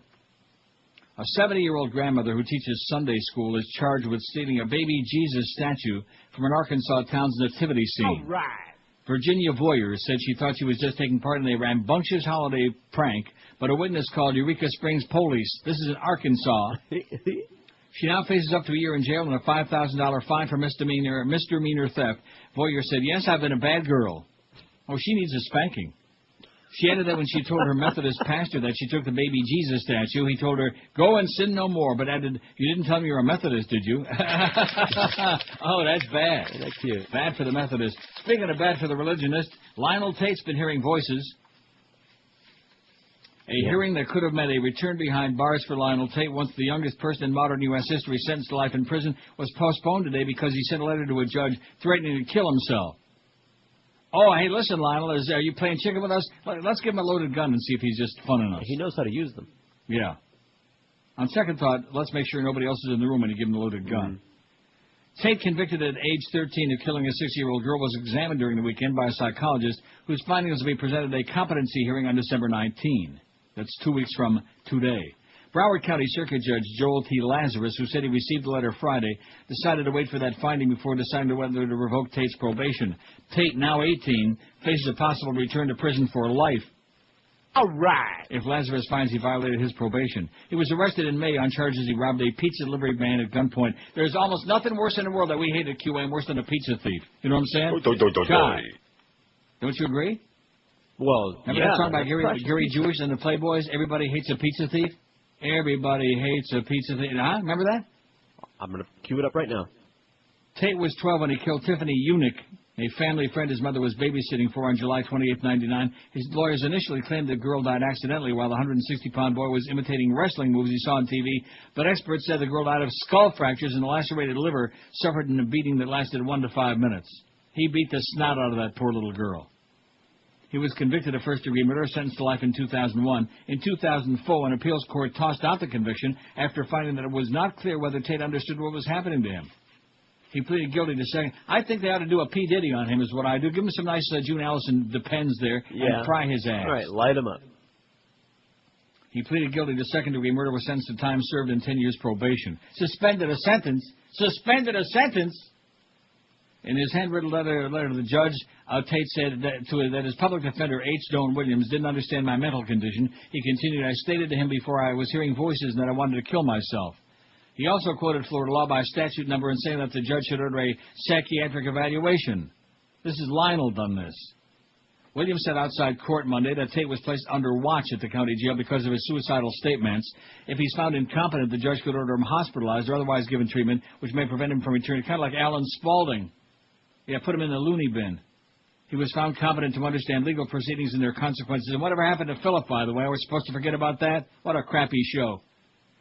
Tate faces 6 charges of probation violation. The judge could sentence him to anything from life in prison to no prison time. To many juvenile justice experts, Tate's a symbol of the difficulty that the justice system has dealing with children who commit serious crimes. You know something? If you turn out to be a piece of slime, you're going to have to do the time. That's what I say. Fry his ass. Right now. Crank up old Sparky up there at Arcadia, or at Stark, wherever the hell it is, Stark. And let him live a stark existence for a few minutes while they chain his ass up in there and put on them Depends. Shave his head. Yeah, let him watch that movie, okay? Let him watch Monsters Balls. Right. and say, you see that? You see Puffy? That's you. Yeah, that's you, Lionel. You're next. What would you like for that last dinner? How about some pizza? Sounds good. Yeah. Lionel's like, oh, there he is. To me, asking me for a competency evaluation because he is, quote, hearing voices, and I want to kill myself. Yeah, I'm hearing voices, all right. All the time. We got 1,005 votes. Very quietly, the audience sneaked over 1,000 votes here on us. How do you like that? Are you impressed or what? Yeah, mildly. Mildly? So what's the story? Did Josh come in here? Josh Clarence? I mean, not Josh. No. Did our Josh go running around the hallway? Well, why not? No. I want to be able to put some bulletin on the air here. I'm getting all whipped up about this. It's about something. A time we had something exciting going on in our place, in our joint. I mean, something exciting for us. Well, no, something. Don't start now. You see, you are like the Humper. Although he was on good behavior this morning, I guess he got threatened with another suspension, another P-val. But you, man, all you got to do is give you like a little, not rope, just a little fiber from a piece of rope, man. And you just, there he goes, just out of control. You're just like a lunatic, maniac. I mean, you got so much to lose there. That $1.50 an hour and all those freebies, you get all those free lunches. And based on what you're getting paid, you need those free meals badly. Yes, I do. I can't stand, no individual names, that's our poll today. Can't stand religious nuts, 341. Wins by hands down your pants. All them getchkis. We can't stand getchkis with, especially getchkis with tchotchkes. South Florida drivers 93. The U.S. government 77. New Yorkers 62. Phonies 59. Loudmouths 45. Oh, how about radio salespeople? Well, that's phonies and loudmouths. People who stink 42. South Florida 40. This poll 33. Rednecks has got about 30, man. Drunks 29. Hispanics 22. 22. Stupid people 19. Going to the dentist 19. Jews 17. My in-laws 9. Being married 8. People on cell phone 7. Florida plunder and loot 6. White people 5. White people make me angry. Reality shows 4. Obese people 4. Like Josh Friedman. Oh, God. Telephone solicitors 3. Sports nerds 2. Freeloaders 1. Radio chronics 1. Fags and doctors out of 1,008 votes. Still the big O so far. How about fag doctors? Ooh. Huh? Better watch them. How about you fag doctors? What'd you think of that? 19 till noon at QM. Man, this thing is smoking along today, and I got a pretty decent pile here of crap. Isn't that good? It's great. And then, of course, I'll go back on my word. Well, we'll get a couple more calls because they're frantic today. Look, WQAM, hello. Hey, Neil, Pally. Yeah. How about the homeless dudes on the corner? Oh, yeah. It's a good choice. Excellent choice. What the hell, the homeless voice. You don't have to even, that's all you got to put on there. The homeless voice peoples.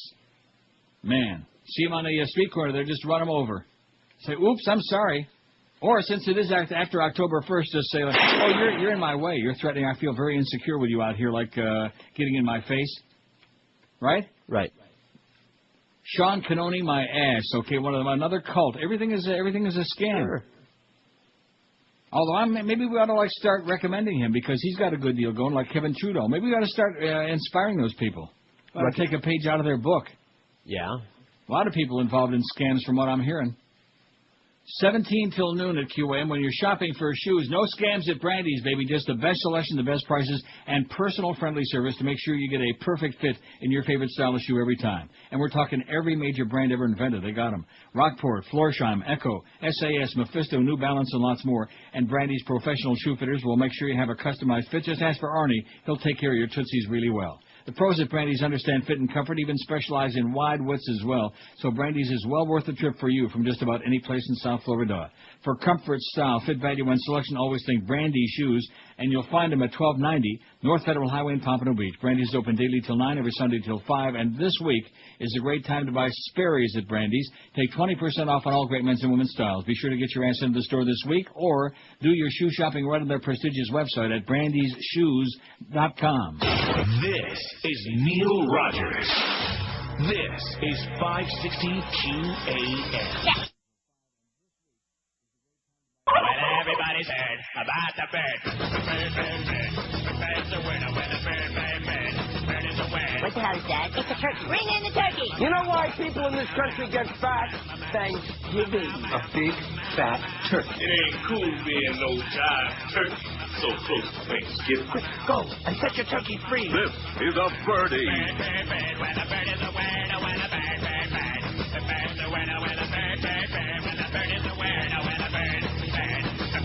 Dude, we need your turkey for our play. Why, it's a Thanksgiving extravaganza. What do you mean you cooked the turkey? 4 pies, 2 cakes, and don't forget the rice pudding. What kind of turkey are you looking for? A small one that can do tricks. Yeah, a turkey that can do tricks. Yeah, that turkey sucks. Thanksgiving again, and we're blimpping up. This is supposed to be the big finale where the turkey jumps through the ring of fire. Don't you know the bird? Well, everybody knows that the bird is a word. No, the bird is a word.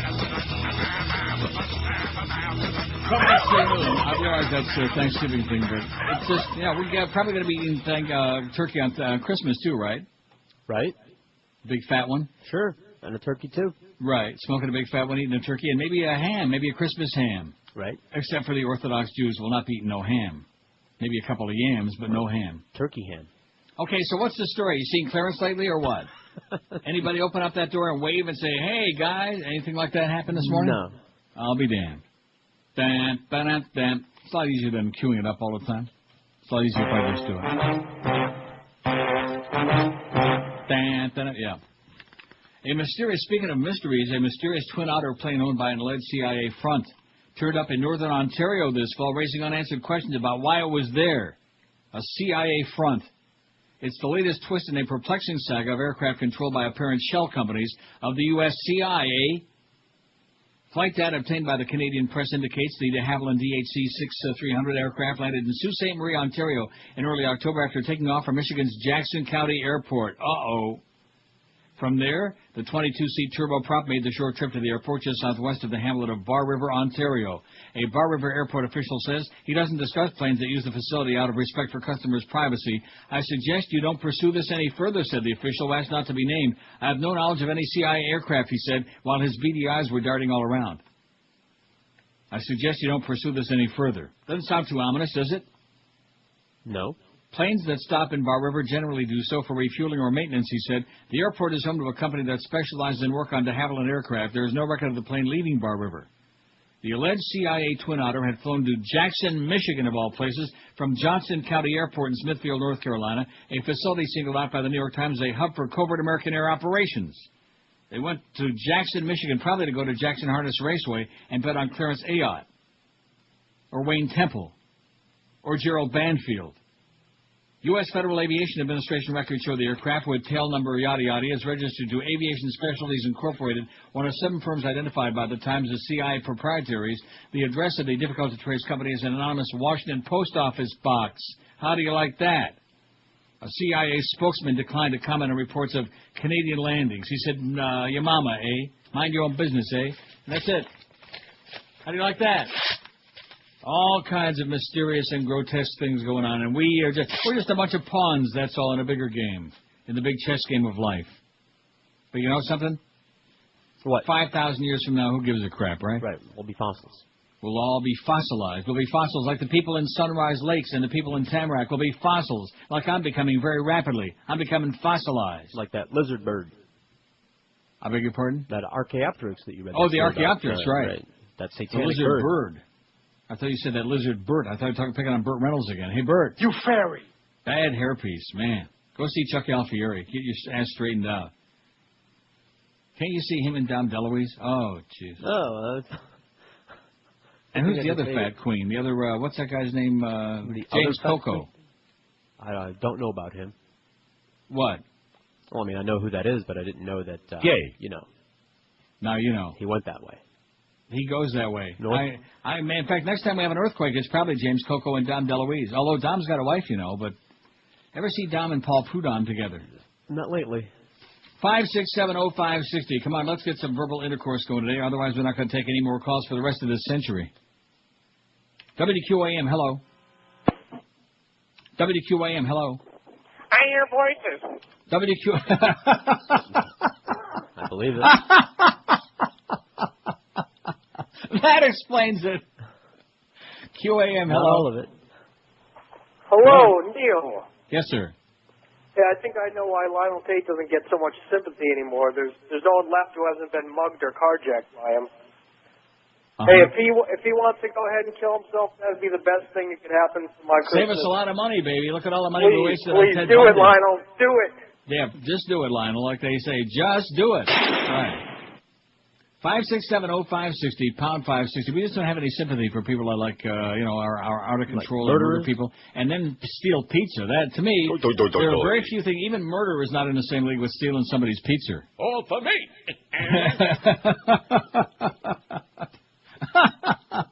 Well, he'll be back tomorrow to defend himself. And, of course, the way things are going in this station, nobody knows who's going to be back tomorrow. Got some real mysterious ongoing goings-on. I think we'll talk about that tomorrow. WQAM, hello. Navigas. WQAM, hello. Neil God. Yes, sir.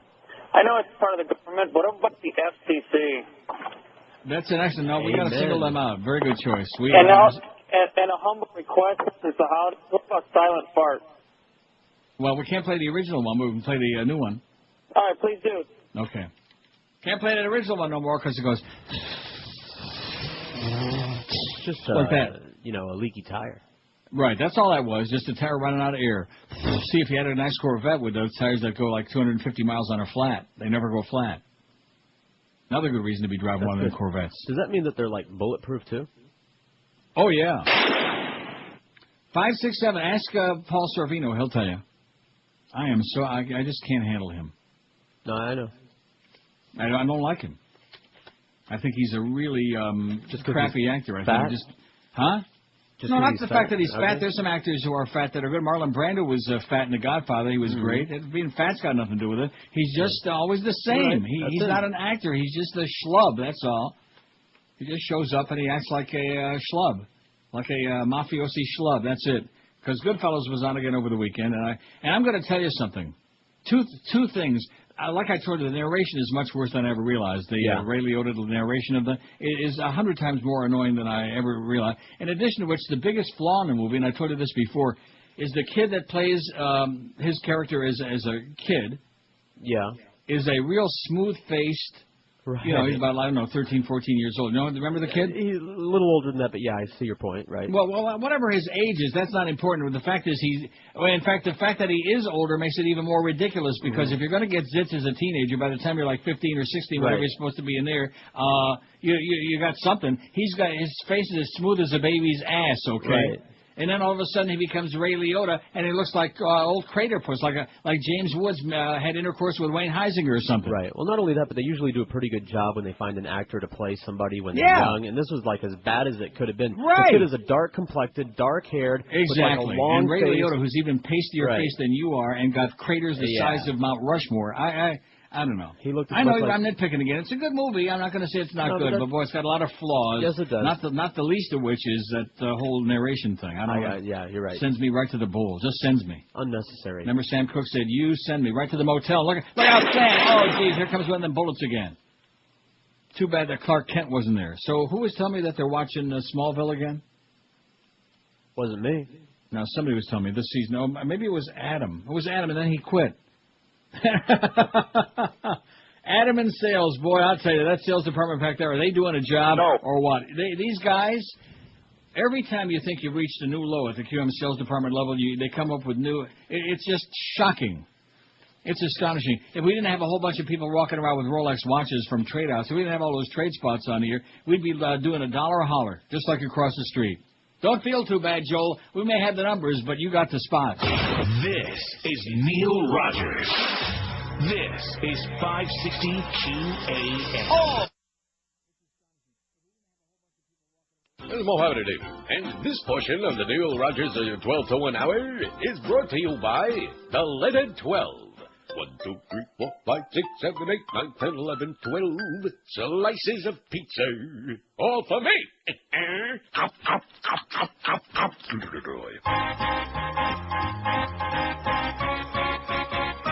All right. Waka waka, we came here 'cause the hurricane knocked full of our house. Our families were hungry and no food could be found. We had a restaurant that was kind enough to bring some pizza down. Then you walked in the studio. Leo to put the whole pie in your mouth. Give me that pizza. That's my pizza. Why, you dirty little, I don't care if walls you starve to death, it's no concern of mine. I'll have you know it's more important for me to survive. You grant me my celebrity entitlement, and besides, I only had a lick and a schmear and a sliver of a slice of the pizza. I want your pizza. I'll take that pizza.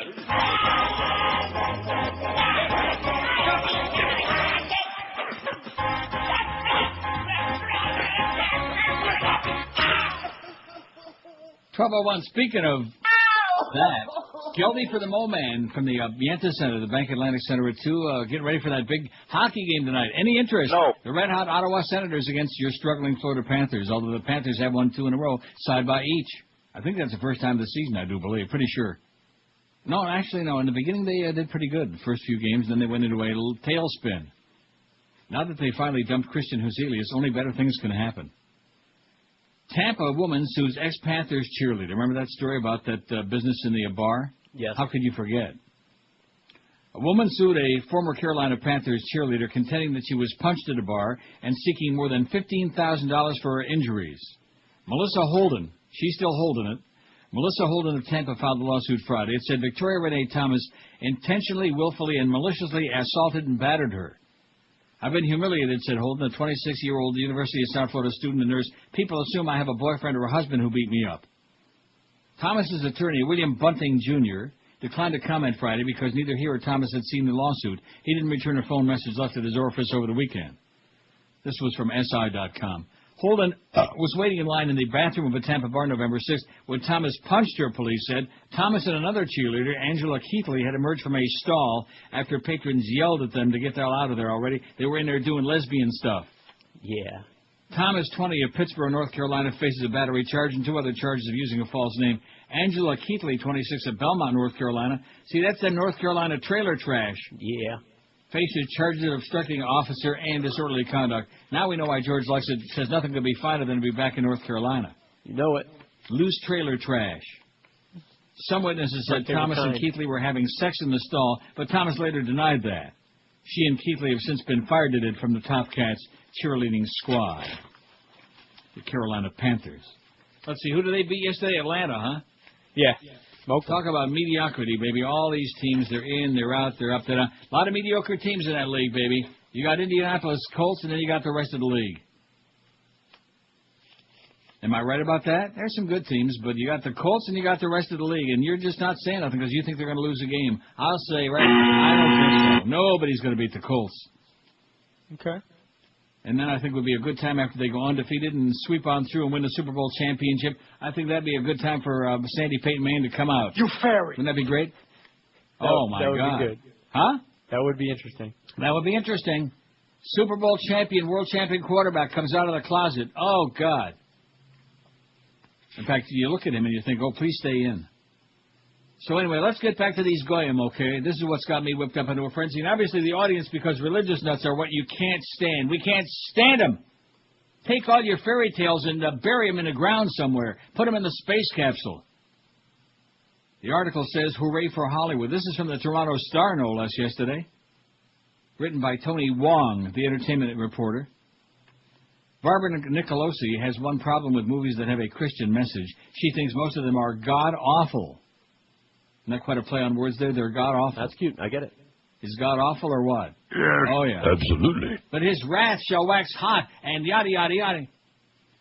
Heathens, Nicolosi hates to admit, make the best films, but the former nun wants to change that. Heathens make the best films. No wonder there aren't a lot of believers, so there's so much horrible work out there, says Nicolosi, founder of Los Angeles-based Act One, an organization affiliated with the top Christian writers and filmmakers in Hollywood. The story of the current rise of Christianity in Hollywood is the tale of the lion, the nun, and the billionaire. A lot of lying going on. By the way, speaking of liars, did Clarence come in yet? No, but Greg did. He did? Yeah. Said hi. And? Asked me about my IBS. Yeah. What do you mean he asked you about your IBS? Yeah. Are you serious? Yeah. How do you know you have IBS? Didn't we talk That's about irritable bowel syndrome, by the way. Did you tell him he gave it to you? No, I blame my wife. Oh. So how's he doing? Looks fine. The story of the current rise of Christianity in Hollywood is the tale of the Lion, the Nun, and the Billionaire. The movie industry has become a big-time born-again believer after experiencing the power of faith-based marketing. This Friday, Disney and partner Walden Media releases The Chronicles of Narnia, The Lion, the Witch, and the Wardrobe, which has the potential to be the biggest hit yet with Christian audiences. We got Christian music, Christian video games, Christian movies, Christian yellow pages.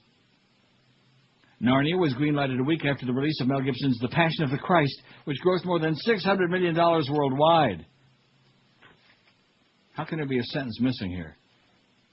Many people in the Christian community turned their back on Hollywood. There was a feeling that working in Hollywood was wrong, that you'd lose your soul, said Nicolosi. We washed our hands of the entertainment industry. She's active in the Presbyterian Church, is what it says.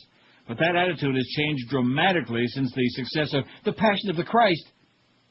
Nicolosi, co-editor of Behind the Screen, Hollywood Insiders on Faith, Film, and Culture, says she formed Act One as an affirmative action for Christians. We have to earn our right to sit at the table again, says Nicolosi. I wonder if that's the Passover table like Jesus sat at. Is that the one she's talking about? Have a little wine. Try the wine, honey. How come they only sat on that one side? Well, because the goyim were all kept on one side. To that end, on the far right. To that end, Nicolosi's organization trains Christians to work in TV and film under the guidance of some of the, of course there weren't any goyim then, of the top industry professionals that committed Christians, including Ralph Winter, executive producer of the X-Men series, and Dean Vitale, executive producer of That 70s Show. Oh, figures. I told you that little Mexican, the queen on there, is the Antichrist. Whatever he is. Oh, I know what he is. Gay. It'll take time, but the seeds are there, says Nicolosi, who spent 9 years in a convent before studying film and working in Hollywood. And it's not just happening in Hollywood. This is a movement that's happening all over. I have another one for the poll, by the way. Screaming Queens. Got it? We got it. I'm serious. I'm not joking about that. I'm going to change my vote. For proof that the intersection of Hollywood and Christianity has gained a street-level momentum on more than one continent in the most unlikely places, you have to take a drive to Scarborough. That's Scarborough, Ontario, eh? And then there are things missing on this story. So some kid, 14-year-old Wesley, flips a DVD into his father's laptop and dims the lights. The viewers don't know it, but they're part of a radical experiment that could change the way movies are marketed. They're among the first to see the Canadian-produced movie Left Behind, World at War, starring Lou Gossett Jr. and Kirk Cameron. Oh, God, I told you he was a born-again nut, Kirk Cameron, didn't I? Oh, we knew it all along. The movie expands on events described in the biblical book of Revelations where Christians ascend to heaven, leaving non-believers behind. Oh, please take us with you. On second thought, if you're going to be there, we'll stay here. Won't that be great? They're all going up there, and we can still stay here. Bye-bye. Oh, that'd be nice. The twist is that the film isn't available at your local Cineplex. Producers have decided that they'll distribute this film directly to 3,200 churches across North America simultaneously, and St. Bede's in Scarborough is part of that world debut. It was a great mess in Scarborough. There's a lot of it's dark in the daytime in Scarborough, by the way. A lot of shootings going on here. It was a great message, a wonderful movie that really drove the point home, says Callison, who will use the movie to illustrate his Sunday sermon. After all, nobody wants to left behind. You want to be left behind? I already have been. Especially Hollywood. While not all films have the box office grossing power of Narnia, Hollywood hasn't been blind to the fact that churches typically have video equipment, big screens, and lots of pews. But so far, no one's had the chutzpah to release a film directly to the church, skipping theaters altogether, as St. Catharines, Ontario-based Cloud 10 Pictures has done. How do you like that? And it goes on. You can read it. It's on our website. Hooray for Hollywood. The Goyim are going to outdo everybody, baby. And Disney is sold out on ABC. They got a Christian story on there, last 10 minutes of every newscast. Brother. Oh, speaking of that, speaking of perverts, lewd rubbing shuts Paris statue. Père Lachaise Cemetery in Paris has fenced off a famous tomb to prevent lewd acts being performed on a statue. Didn't see this? No. The effigy of 19th century journalist known as Victor Noir has long been popular with women visitors. This is partly due to his reputation as a romantic figure and partly because of the effigy's design. Officials concerned about damage to the icon's groin area have erected a fence around the grave and a sign prohibiting indecent rubbing. Noir, whose real name was Ivan Salmon, was killed by Pierre Bonaparte, a great-nephew of the Emperor Napoleon, after bearing him a challenge to a duel. According to the story, he was due to get married the day after he was killed. Well, probably it saved him a lot of grief. The statue shows Noor in a frock coat and trousers lying flat on his back with a distinct enlargement in the groin. The effigy has been held as an aid to love or fertility. It is said that a woman who kisses the lips of the prostrate statue and slips a flower into the upturned top hat will find a husband by the end of the year. A new sign warns any damage caused by graffiti or indecent rubbing will be prosecuted, okay? No more indecent. Enough of the indecent rubbing. Got it? Got it. Okay, let's see what we got on this poll. Probably take maybe 3,000 or 4,000 more calls before Geldy in for the Mo Man.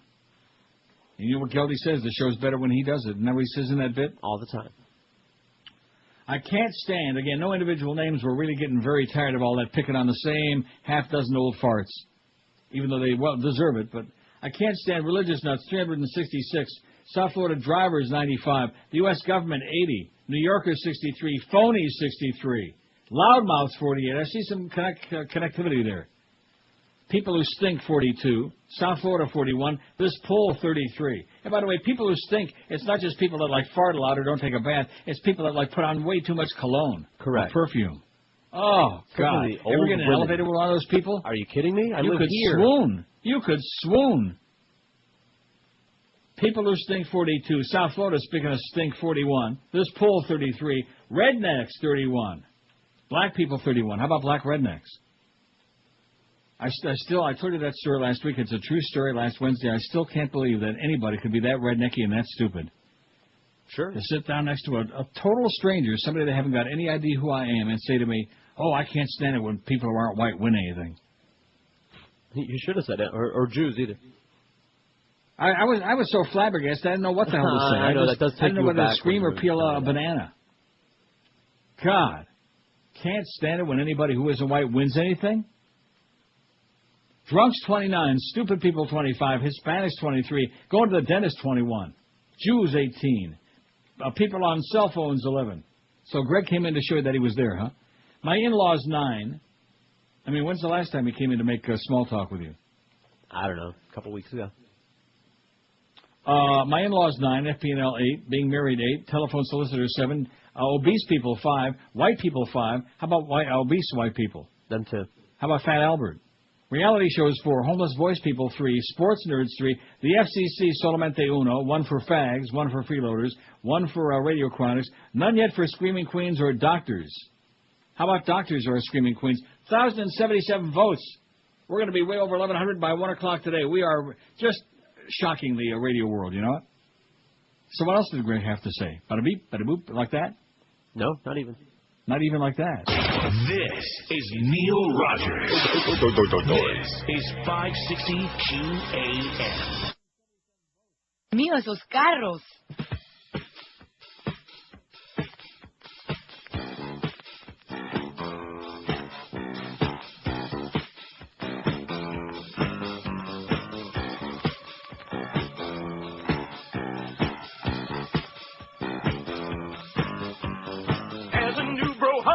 Round the disco hall. Yes, there is. Body, what a body. Shaped like a matzo ball. He wears Bermuda shorts, hanging to his knees. Yes, he does. One hand's got a bagel, the other cream and cheese. Oi! Oi! Oi! Oi! Oi! He's a matzo man. I'm the kosher disco king. He's a matzo man. He's gotta be a matzo man. Break out. Hey, boogie, woogie, schmoogie there. Gotta be a matzo man. Look the way he walks. Hey, my aching back. Hey, a brach. We gotta be a matzo man. Look the way he talks. Hey, Tush, what do you say if we grab an egg cream there? He's got a Gucci yarmulke, and this is no jive. I can eat more chicken liver than any man alive. That's boogie boogie. Bye, bye, bye, bye, bye, bye, bye, bye, bye, bye. Work out there. Oh, shake your bookies. Bye, bye, bye, bye, bye, bye, bye, bye, bye, bye, bye. Bye, bye, bye, bye, bye, bye, bye, bye, bye, bye, bye. He's a matzo man. Sweetheart, let me ask you a question here. You got a home in town? He's a matzo man. He He's gotta be a matzo man. He's a matzo man. Maybe we could do a little boys up here, huh? Matzo man. He's gotta be a matzo man. Yes, I'm a matzo man. See, I threatened to dust off some of the oldies and moldies between now and the end of the year, and I'm living up to my promise, ain't I? So far. Yeah, you don't like that one, though, do you? Oh, I like matzo, man. That's okay. About once a year is good. I like matzo. Once in a lifetime is good until you realize it tastes like cardboard, all with some bread and with some butter and salt. Now, we got 1,098 votes. I bet if I refreshed it, we'd have 1,100. But the most important thing is, now, when Greg came in, did he pretend that he liked you? Well, always. Oh. 1,100 votes on the poll. 1,100 even. Oh! It's only 1,220. That is shocking. Professor loses weight with no diet. I'll be damned. Do you know that after I ate that half gallon of ice cream, and that is a true story, by the way, last week, Nestle's Heavenly Hash. I beg your pardon? Said yeah. My blood sugar was fine the next day, and I was down let's see, yesterday morning I was down to 191. That's the lowest I weighed in a very long time. Unfortunately, this morning I'm back to 193, but that's not because I ate so much yesterday. It's that water thing, you know? Right. So maybe I was tilting to one side, but it wasn't too bad. It's not a good idea to go out and eat a half a gallon or even a quart of ice cream, but nevertheless, you can do it once in a great while, and it kind of keeps you going. Or it's like heroin addicts, I guess. Isn't that a good analogy? Sure. I don't know what it's like, but it keeps you going for a while. Like methadone? Yeah. When Stephen Hawks was tempted by ice cream bars, M&Ms, and toffee-covered almonds at the grocery store, he doesn't pass them up. He fills up his shopping cart. Well, you go, Steve. What is it? M&Ms. I'd rather have Smarties than I was going to eat. No, actually, I do like M&Ms. You know, they have those little bags. Once in a while, I'll get one of those. Yeah. Just enough sugar in there to keep me calmed down. You know what I mean? The real small bags. I know, like envelopes of M&Ms. Hey, no, not even an envelope. The small ones, like a small envelope. It's the no diet, an approach the Brigham Young University health science professor used to lose 50 pounds and keep it off for more than 5 years. All right, I like his style. Hawks calls his plan intuitive eating and thinks the rest of the country would be better off if people stopped counting calories, started paying attention to hunger pangs, and ate whatever they wanted. Oh, yeah, that's my kind of diet, baby. Stop counting calories, started paying attention to hunger pains, and ate whatever they wanted. As part of intuitive eating, Hawk surrounds himself with unhealthy foods he especially craves. He says having an overabundance of what's taboo helps him lose his desire to gorge. And that's right. I think he's got a point. I think I had a little bit of that no diet last week. Well, let us know how it works out. In fact, after maybe a gallon would do it. If a half a gallon made me lose my appetite the rest of the week, just imagine what a gallon would do, huh? I'm dying over here. Wow. There is a catch to this no diet, however. Intuitive eaters only eat when they're hungry and stop when they're full. That means not eating a box of chocolates when you're feeling blue or eating a big plate of nachos just because everybody else at the table is. The trade-off is the chance to eat whatever your heart desires when you're actually hungry. Like you, every morning, the same old crap. Oh, I'm starving. You're not starving. Yes, I am. No, you're not. Both of you. The same old crap. No, you're not. You're just conditioned to having all that free food brought in. Feeling all lightheaded. Huh? Lightheaded my ass. Probably. Do you know how long you have to go without eating before you're lightheaded? Get out of here. Yeah, like 12 hours at least. No, get out of town, man. You're dreaming. Well, some of us don't have all the reserves of fat like some How's people. your IBS doing, by the way? It's, iffy. Does he also have irritable bowel? We can only hope, Greg? I don't know. I don't think He didn't say? No. Well, then why would he ask you that? I think he's concerned about me. Oh, no. Oh, my God. We must have a bad connection here. Oh, yeah. That was one of the all-time... I can't believe I heard what I just heard. I'm sure he's, very concerned.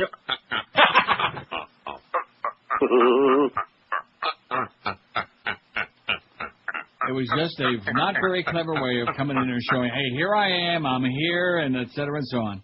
You know something? I think he probably planted those stories. Now, what were you telling me about that horse they used to race at the Meadowlands, Magical Mike? Isn't that what it was, Magical Mike? Right. That means not eating, I just read that. The trade-off is the chance to eat whatever your heart desires when you're actually hungry. One of the advantages of intuitive eating is you're always eating things that are most appealing to you, not out of emotional reasons, not because it's there and tastes good, he said.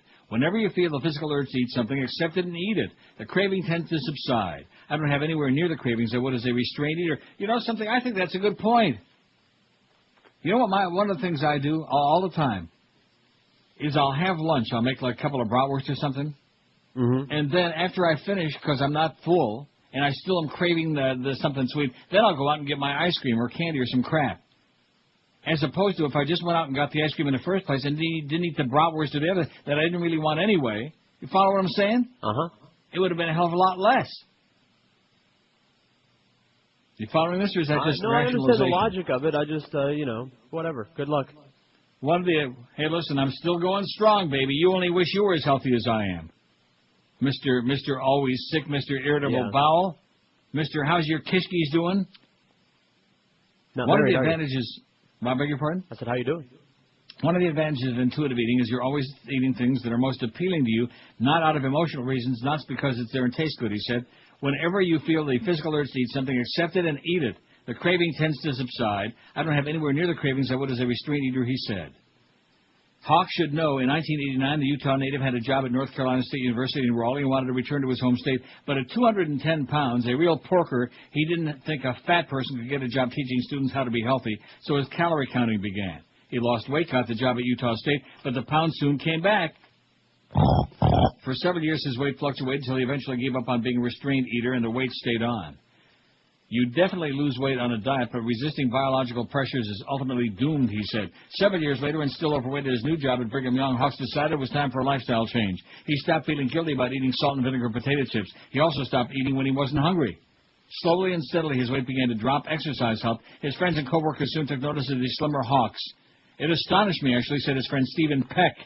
We were both very heavy. It was hard not to be struck. He loves him, by the way, a bushel and a peck. I get it. After watching Hawks lose and keep the weight off for a year and a half, Peck tried intuitive eating in January. I was pretty skeptical of the idea. You can eat anything you want until you don't feel like it. It struck me as odd, said Peck, who's an assistant professor at BYU. But 11 months later, Peck sometimes eats mint chocolate chip ice cream for dinner, is 35 pounds lighter, and is a believer in intuitive eating. Chocolate chip ice cream for dinner, all I can say to that is fat. This is Neil Rogers. This is 560 QAM.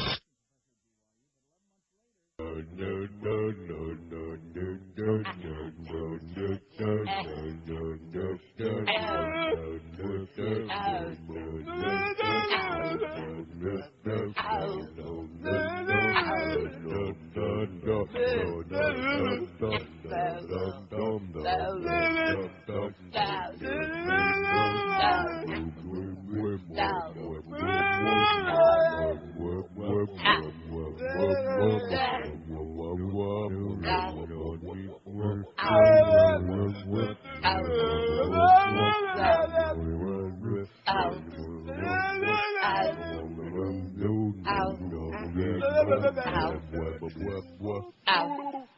11:32, 28 to 1. See, there's another one we haven't played, an oldie but moldy, in a long time. Love that one. Much too long. Okay, let's get 4,000 calls on between now and 2 o'clock. I've done enough confabulating here already.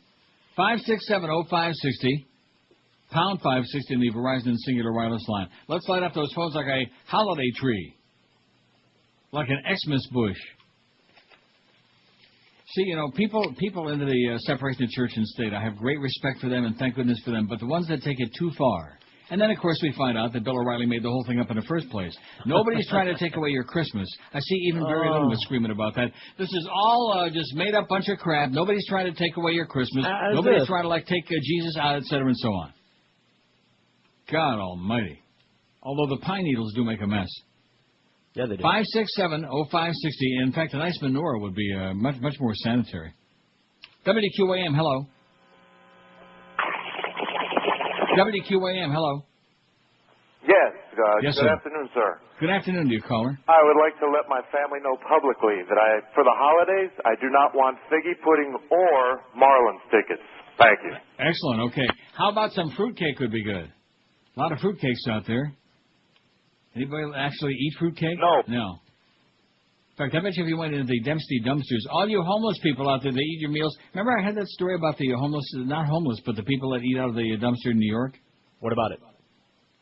I bet you if you go into the dumpsters after Christmas is over, you'll find more fruitcakes. Wouldn't you think? That's a bum buffet, brother. And if you go into the dumpsters in Wilton Manors, you'll find fruitcakes any time of the year. Let's see, how's Screaming Queens doing? We got 2 for Screaming Queens, and I couldn't change my vote. Don't label me. WQAM, hello. QAM. Oh, I know this is going to be the best call of the year. And they're gone. WQAM, hello. Hola. Yes, sir? Yes? Do you notice the price of gas dropping with Bush's approval rating? WQAM, hello. Morning, Neil. Could I get your fax number, please? Our fax number is 305. What are you going to fax to us before I give you the number? Well, I wanted to send you a thing about this body wash by Tommy Hilfiger. But you read the ad for it. You didn't believe me last week, so I was going to send you the ad for it. It's a pretty neat stuff. Okay? 305. Will you listen to me? You want the answer, or are you just going to keep like that? Okay, I'll be quiet. 305 650 0198. 0198. Thank you very much. You're welcome. Well, we'll see. He's going to send us the thing about Tommy Hilfiger. I thought it was something grotesque he was going to put on last week, and probably it was, and still will be. Anybody that uses Tommy Hilfiger body wash is, I guarantee you Josh Cordes would be caught dead washing with that. Tommy Stinkfinger? No, not me. No, Tommy Hilfiger. 5670560. How about Jacques Cousteau body wash? No, there's an oldie that we could go for. Yeah. WQAM, hello. Hey, what exactly is Cox a hoist? Is that like an overhead position? Yeah. WQAM, hello. Yeah, this is a comment for George. Greg hates you. Yeah, he already knows that. Old news. WQAM, hello. Hello, Neil. In fact, he probably was just coming in to make sure you still do have irritable bowel so we can enjoy it. Yes. Hello. Hello. Hi, how are you? Great. I was car shopping over the weekend for a Corvette, and I realized that you're so dedicated to that automobile. Made me think, did you have your Corvette, shipped up to Toronto? No, absolutely not. I have no car here, no. Oh, you must really miss it. No. No? You still have it? I missed the car. I got 2 of them, but I missed the cars. But I don't miss driving them because I like to stay alive. I have the survival instinct, which is why I made it this far, I think. I got you. I was just curious. The last few years driving in South Florida became such a hassle, and believe me, the drivers here are no picnic either. I got a cab guy that takes me everywhere I want to go, and the driving here is almost as obnoxious as it is there. So I don't miss that. Oh, you're living a better life than now. Yes, sir. All right. Just wanted to know. You take care. Good luck to you. Enjoy it, Pally. Enjoy your vet. There ain't nothing like a vet. I'd get out there one night on I-75 about 3 in the morning and crank that baby up to about 150 mile an hour and see what happens. It's the greatest automobile I ever had, that 2005, but it doesn't get a lot of usage, and that's fine. That's just the way I like it. Now, who the hell was Troy always bugging me to drive my Corvette? No chance, Troy. I mean, you're not my type. 5670560, pound 560 on the Verizon and Singular Wireless lines. WQAM, hello. Uncle Neil. Yes, I am. Hi, how are you? I'm great. How are you? I'm very fine. I just want to let you know that after listening a few times to Jimmy Cefalo doing Jimmy the Dolphins. Cefalo, yes. Yes, him too.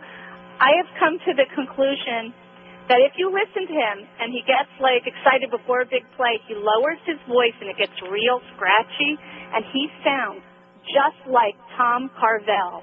It sounds. I could have sworn that Budgie the Whale scored a touchdown yesterday. Well, I'll tell you one thing. You remember that old saying, "I scream, you scream, we all scream for ice cream"?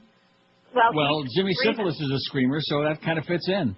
If you ever hear it, you will get hysterical. I almost just wet myself listening to him. It was really? It was so funny. He gets really low, and it's Cookie Puss is going for a touchdown. I'll be damned. Check it out. Okay, thanks. Love you to pieces. See ya. Bye. Yeah, Jimmy Syphilis isn't getting exactly rave reviews, even though, of course, the local sports broadcast writers are, sucking up big time. And, again, just like they would do with Rich Waltz, they got no opinion about anybody. They're just everybody's doing a great job. Everybody's wonderful, and including them. You know, Jim Sarney and Barry Jackass. Between the two of them, if they had an IQ bigger than their thumbnail, it would be a miracle. Pathetic. But it fits in like a rubber glove in South Florida, just like Jimmy Cefalo does. And Geldy, butch up on those hockey broadcasts, will you please? You see, if it was me, I mean, I can't tell you. I don't know. Maybe he's got the hockey package at his house. I don't know what his deal is. But if I was prepared to embark on a career doing that, I'd be listening to a lot of other people, not to try to imitate somebody else, like Red Deer Randy there with that peanut butter in the top shelf with that crap, ripping off Rick Jenneret. I wouldn't be doing that. But I would hear how it's actually done by the people who are the best and try to create my own style based on how you broadcast a game, as opposed to, oh, gee, Brian McCabe scores. That's just not broadcasting the game, baby. That's not it. And I try to give him like lots of support and lots of kudos there in the beginning. I thought he was sounding okay, having listened 40 seconds here and maybe about 30 over there. But he needs to crank that act up a little bit. Know what I'm saying? Crank it up a bit, Geldy. That's it. We got Geldy at the Yenta Center at 2, and then, of course, Mad Dog sandwich in between one of his couple of days of rough work this week, 4 to 6:30, 2.5 hours. And then we got Panther preview at 6:30. That aforementioned game, this is a makeup game that was canceled during the hurricane. The Ottawa Senators, the highly touted and how great Ottawa Senators to play the Panthers, 7 o'clock tonight. Eddie K follows the hockey game. Butch it up, Geldy. This is Neil Rogers. You failed. This is 560 QAM. Hi, this is Jim. Love your show, Neil. Love you. Love you. John Kerry doesn't know when his microphone is on, and that's when he says the darndest things. And now, all of his verbal gaffes are on one amazing video. It's John Kerry Gone Wild. It might not be a popular opinion, but damn it, I love Geely. Great movie. Yes, John Kerry is running for president, and he's running his mouth. And we've captured every jaw-dropping statement on John Kerry Gone Wild. I'd love to shake more hands, but I've got to get back so I can catch queer-eye. You know, for some reason, I'm strangely attracted to Carson. It's comical. It's controversial. It's downright creepy. It's John Kerry Gone Wild. I don't care what you do to Ralph Nader. Just make it look like an accident. Order in the next 10 minutes, and you'll also get this special bonus video. John Kerry Gone Wild, Snoop Dogg style. What up, G? John Kerry is up in the hizzle for shizzle my nizzle. Word. Get both John Kerry Gone Wild videos with a low campaign contribution of only $49.95 and soft money. Call now. It's 1154, the number on our poll, and it's only 1:45. How do you like that? 12:45, and the poll is alive. They love our poll. 1154, and we need, What's not to like? We're going to get 1,300 by the end of that during the show today. That goes to show if we start tomorrow's right now. I can't stand, no individual names, please. That's the poll. Remember, come up with this by, on Friday, by accident. Mm-hmm. Can't stand. So many things we can't stand. Religious Nuts 384. They're way out ahead of the pack. All them Getchkis. South Florida Drivers 98. The U.S. Government 86. Phonies 69. New Yorkers 66. Loudmouths 50. South Florida 43. People who stink 43. This poll 34. Can't stand it. Stupid people 33. Rednecks 33. Black people 33. Drunks. About 30, man. Hispanics 23, go to the dentist 23, Jews 19. Can't stand you. People on cell phones 12, telephone solicitors 10, my in-laws 9, obese people 9, FP&L 8, being married 8, reality shows 6, sports nerds 6, white people 5, screaming queens, screamers 4, homeless village people, homeless voice, homeless village. Well, I got a little confused. I tied those two together. Homeless voice people 3. Fags 3, the FCC 2, Freeloaders 2, Radio Chronics 1, and doctors so far, the big... Oh! They love their doctors, man. Boy, you people are in for a big surprise. No wonder most of you are dying out there. You trust those butchers, those grave robbers. All they're doing, man, is running a big scam, men and their detail men. Just the details, please. You know that scam that goes on? That's why every doctor you'll ever go to has got a big closet full of pills. Yeah. Oh, every one of them is a pill doctor. Oh, I'm not really a pill doctor. Yes, you are. They all deny it, but they're all pill doctors, and that's because they're all on the take. Right. From the detail men, from the pharmaceutical companies that are killing most of you.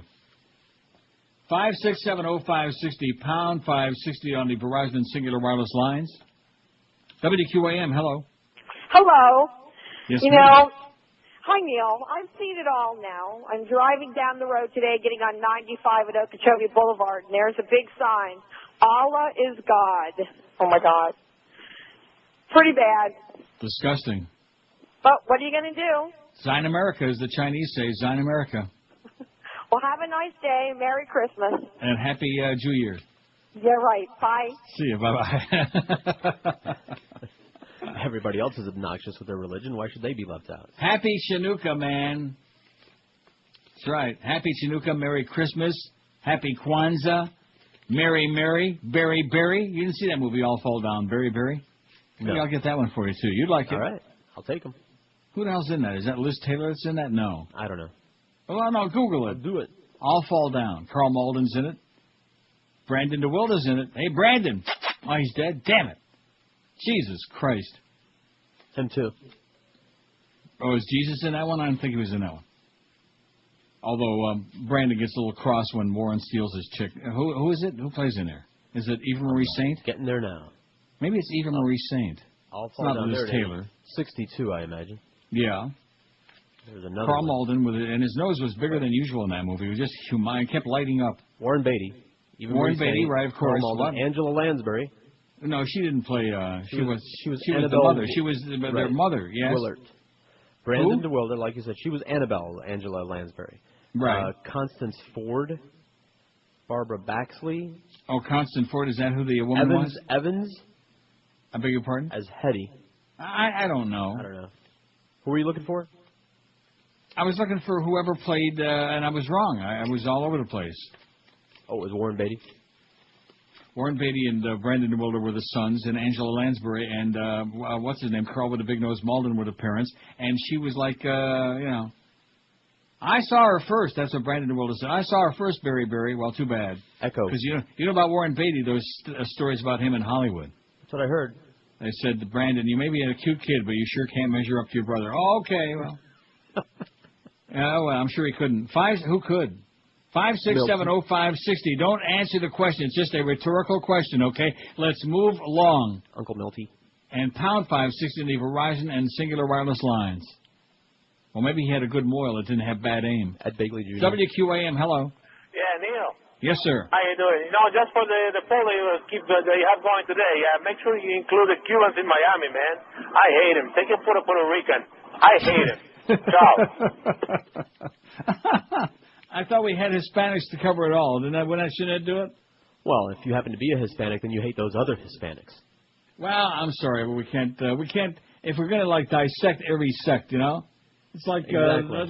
like the leading one. They were born again, the religious nuts. I know. So many different categories in there. Well, you started it with the fags and then the screaming queens. Well, I know there's a difference. Believe me, there's a big difference there. As far as you Julios, you're the only ones who see the difference. No. Yes. Maybe you smell it. Maybe you think that the Mexicans smell different from your Cubans. Okay. And the Ricans smell different from the Nicaraguans. I don't know. And the Chinese smell, well. And the India people. Ooh, oh. So speaking of Kid Curry, WQAM, hello. You wait here. I'm going to go listen to the Al Franken show. WQAM, hello. Hey, Neil. Yes, sir. By the way, Al Franken started 51 minutes ago, okay, Schmuck, so you sure as hell stuck around too long. Go ahead, sir. Yeah, the reason the doctors give out so many pills is because you ever see those pharmacy sales reps?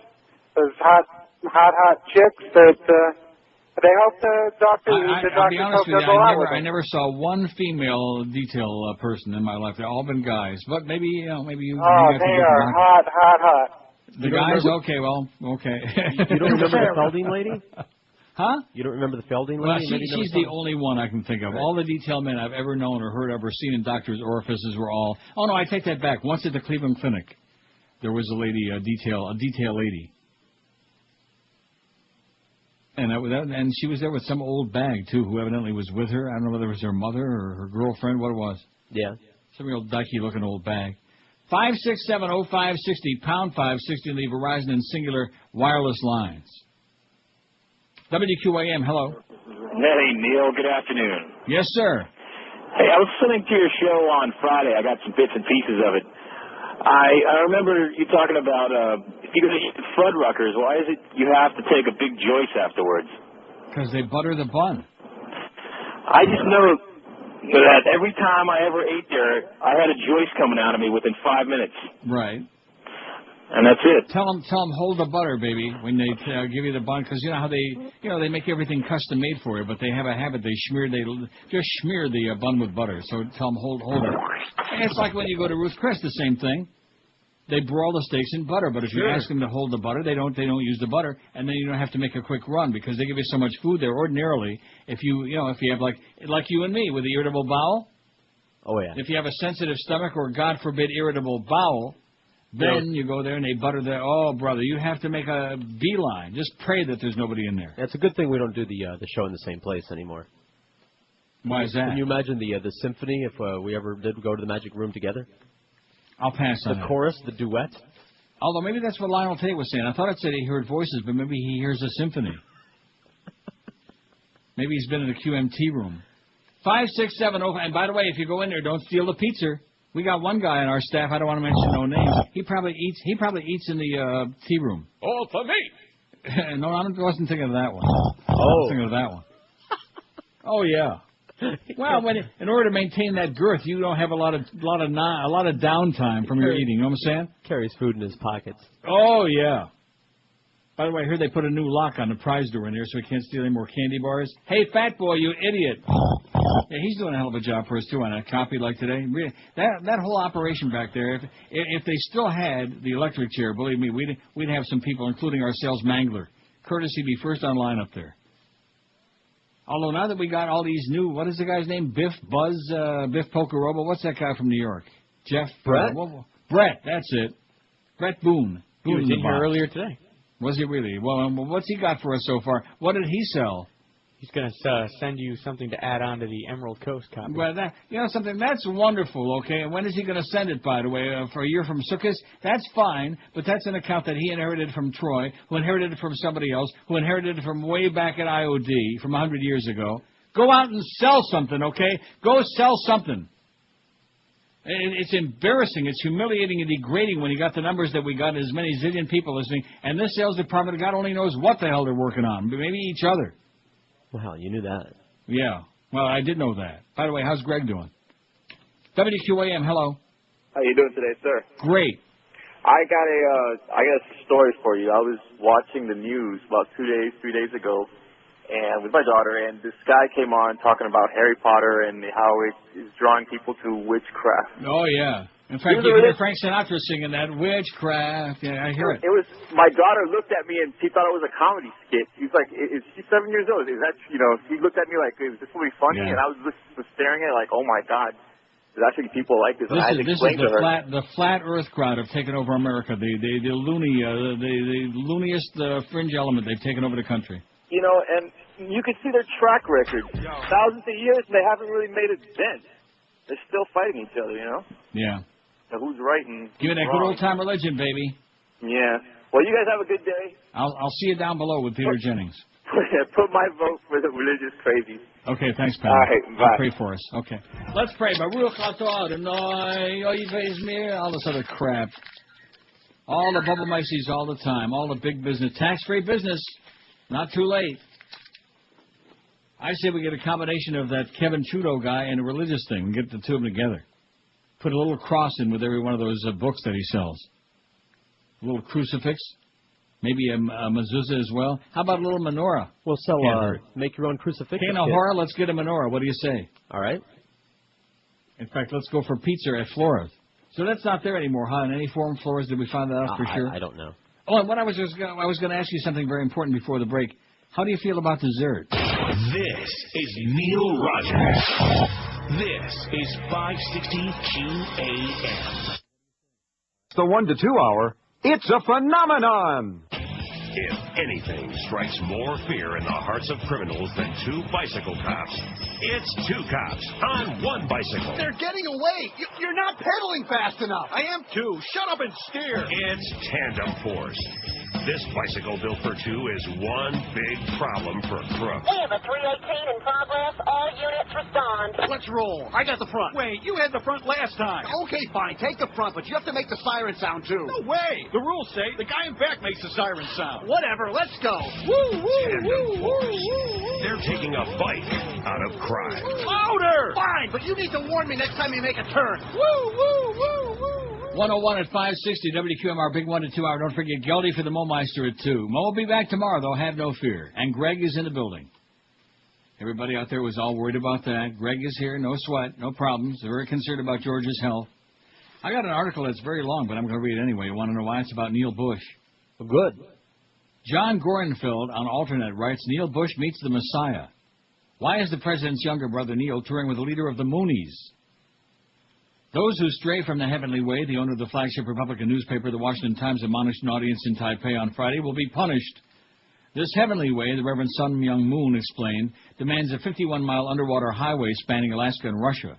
Sitting in the front row, Neil Bush, the brother of the President of the USA. Reverend Sun Myung Moon, the South Korean giant of the religious right who owns the Washington Times, is on a 100-city speaking tour to promote his $200 billion Peace King Tunnel dream. As he describes it, the tunnel would be both a monument to his magnificence and a totem to his prophecy of a unified planet Earth. In this vision, the United Nations would be reinvented as an instrument of God's plan, and democracy and sexual freedom would crumble in the face of his faith-based glory. The name Peace King Tunnel would allude to the title of authority to which Moon 86 lays claim, and to which U.S. congressmen paid respect on Capitol Hill in last year's controversial Crown of Peace coronation ritual. Moon's lobbying campaign is ambitious and diffuse, as the D.C. newspaper The Hill reported last year, and the sheer range of guests revealed just how many Pacific Rim political leaders the Times owner has won over, including Filipino and Taiwanese politicians. And the head of the Arizona GOP attended in a recent stop in San Francisco. But perhaps the most surprising VIP to tag along is Neil Bush, George Herbert Walker Bush's youngest and most wayward son, who made both the Philippines and Taiwan legs of the journey, according to reports in newspapers from those countries and statements from Moon's Family Federation. While Neil Bush and Moon, while their church couldn't be reached for comments on the tunnel or his speaking fees, a brochure from Moon's Family Federation underscores that the project is God's fervent desire, dwarfing such past wonders as the tunnel and heralding of a new era of automobile travel. Moon, reviled in the 80s as leader of a group that separated young recruits from their families, says he's the Messiah. His far-flung business empire includes the UPI wire service, Washington, D.C. television studios, a gun factory, and enormous swaths of real estate. He donates millions to conservative politics. In '89, U.S. News & World Report linked his group to the Heritage Foundation and other conservative organizations because almost all conservative organizations in Washington have sometimes ties to Moon's church, wrote reporter John Judas. Conservatives fear repercussions if they expose the church's rule. What a Judas. The billionaire Moon has never been one to pander to the Sierra Club, having subsidized the anti-environmental wise use movement. Likewise, his group anticipates an anti-tunnel backlash by those who demand the preservation of the polar region's ecosystem and the protection of polar bears and seals, and proposes an aggressive media strategy. Public opinion polls must be carried out all over the world, and it's absolutely essential that a public relations campaign to educate environmental groups, concerned organizations, and residents near the proposed construction sites be carried out as well. Moon has said in the past that Caucasians are descended from polar bears. Do you know that? I do that now. That's why when you were born, you were bear. In addition to the Taipei report, the Bush brother also surfaced an article last week from the Manila Times, which placed him at a similar dinner in Manila attended by Washington Times President Dong Moon-ju and respected Filipino House Dong Moon-ju, all right, and respected Filipino House Speaker Jose de Venecia, whatever his name is. It's unclear if Bush attended an intermediate stop in the Solomon Islands. Probably not. Probably thought there were too many Jews there. According to the Manila Times piece, Venecia proposed Moon's idea for Trans-Religious Council to President Bush in a 2003 meeting. President Bush was said to have called it a brilliant idea. The Taiwan paper similarly revealed high-powered support for Moon, describing Republic of China Vice President Annette Lu as listening rapt to his speech. In the U.S., Moon's end-of-democracy vision has been outed on the floor of Congress. According to the congressional record, on June 19, 2003, Democrat Danny K. Davis joined Republican Kurt Weldon in recognizing Moon's effort to create an International Council of Religious Leaders. This body will provide a direct link between international leaders and various religious peoples and their constituencies, Davis said. We're grateful to the Reverend and Mrs. Sun Myung Moon for promoting the vision of world peace, and we commend their work. Davis later took part in Moon's March 23, 2004 Capitol Hill ceremony, in which he was brought a gold crown and a royal robe to coronate him Peace King. The sponsor of the event was Virginia Republican Senator John Warner, who later told the Washington Post he'd been deceived into hosting the event, a charge that organizers rejected, saying the ritual was taken out of context. While Moon's proposal has been deliberated by politicians around the world as a mere religious council, church promotional materials make clear that it's intended to forge God's fatherland and not just idle talk. Oh, it's a fatherland. A video from his group stresses that the UN will give way to a peace United Nations, as Moon terms it, with fantastical reverberations. Like a candle that burns down, sacrificing itself to give light to the world, the light of wisdom and hope will shine from the headquarters of world governance, the peace United Nations into all realms of life, the narrator said in a Family Federation video. This light will radiate behind the high barrier separating nations and will illuminate the road to peace, the path of fulfillment of humanity's hopes and dreams. Moon has frequently gone on the record against Western-style democracy and individualism, calling them results of the fall of Adam. There are three guiding principles for the world to choose from: democracy, communism, and Godism, he said in the 87 sermon. It's clear that democracy, as the West knows and practices, cannot be the model for the world. Individualism, he also said at the speech entitled, I Will Follow with Gratitude and Obedience, is what God hates most and what Satan likes best. So I guess God likes sheep. Of course. Maybe he's into them. Lord is my shepherd. Neil isn't the only Bush to attend Moon events. In 1996, his father, President George Herbert Walker Bush, traveled to Buenos Aires with the Reverend and won several such fundraising expeditions. The 41st president told Argentine President Carlos Menem that he had joined Moon in Buenos Aires for the money, had actually known the Korean reasonably well for decades, writes former top GOP strategist Kevin Phillips in his book American Dynasty. The relationship went back to the overlap between Bush's one-year tenure as CIA director in '76 and the arrival in Washington of Moon, whose unification church was rightly reported to be a front group for the South Korean CIA. Moon and his aides have called such claims bogus, saying his accusers were controlled by Satan to distract from his campaign to destroy communism. Reverend Moon is the latest in a line of unusual partners for Neil Bush in recent years, including the son of former Chinese President Jiang Zemin and fugitive Russian tycoon Boris Berezovsky, who I thought used to play for the Leafs, who's been promoting the younger Bush's educational software program, Ignite, according to the Washington Post. A messy divorce case in 2003 exposed his dalliances with prostitutes in Asia. Moon's group didn't return emails asking how this bore upon Neil Bush's contribution to last week's events, whose central theme was ideal families. Oh, no, not Neil Bush and Las Prostitutas in Asia. Oh, my God. And your fat-ass governor and his dysfunctional family. And your president with his nose problem and all of his, and his booze problem, all these other problems. Wow. These are role models that we can all respect and admire. Okay, what do we got here so far? I can't stand religious nuts, 396, like the Reverend Kakamoon. South Florida drivers, 102. The U.S. government, 90. Phony, 75. New Yorkers, 67. Loudmouths, 53. South Florida, 44. People who stink, 44. How about people in South Florida who stink? Stupid people, 36. Rednecks, 36. This poll, 36. Black people, 33. Drunks, 32. Going to the dentist, 24. What about a black dentist? Did you ever hear of a black dentist? You know what? Never. Never. I bet you there's one. There's got to be. Hispanics, 23. Jews, 19. People on cell phones, 14. Telephone solicitors, 10. My in-laws, 10. Screaming queens, 8. Screamers. Reality shows, 8. Obese people, 8. FP&L, 8.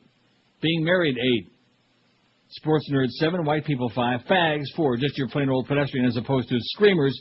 Homeless voice people, 3. Freeloaders, 3. The FCC, 2. Radio chronics, 1. And doctors, out of 1,209 votes, have still got the big. How do you like that? Well, you people are sure a lot more gullible than I thought you were. You need to buy Kevin Trudeau's book. You know something? If he would give me like a slice, I'd promote it on the air. Yeah, well. I've done a total turnaround. I mean, the whole world is so corrupt anyway. Why the hell not? Those people who try to be honest get left at the back of the bus. That's what Rosa Parks said. Tell me about it. Yeah. I just had like that conversation this morning. With who? Greg? Pete, yeah. Petey Lenny? Right. People, I was going to say. Oh. Yeah, those people who try to do a real job and be on a straight and narrow path, or even a gay and narrow path, those people wind up sucking wind. Canal water. That's right. But the people who are lie and cheat and steal and So let me ask you, what is that about Mad Max again? You were telling me this morning before the show. He's quick. He was the road warrior. No, Mad Max was the condo lady in Hallandale. Well, there was always her. Don't remember that? How can I forget? How could you forget? They showed up one day wanting IOD T-shirts and caps and paraphernalia. Huh? You invited them, and yeah, I invite them all right. Hey, listen, we got a lineup coming. Mad Max. 12 minutes after 1 at 560 WQA and Geldy from the Bank Atlantic Center. And I'm going to be watching that game tonight. If there's 3,000 people there, I'll be shocked. I want a body count tomorrow. Paying attention to what they put in the paper for attendance. I mean, forget about that.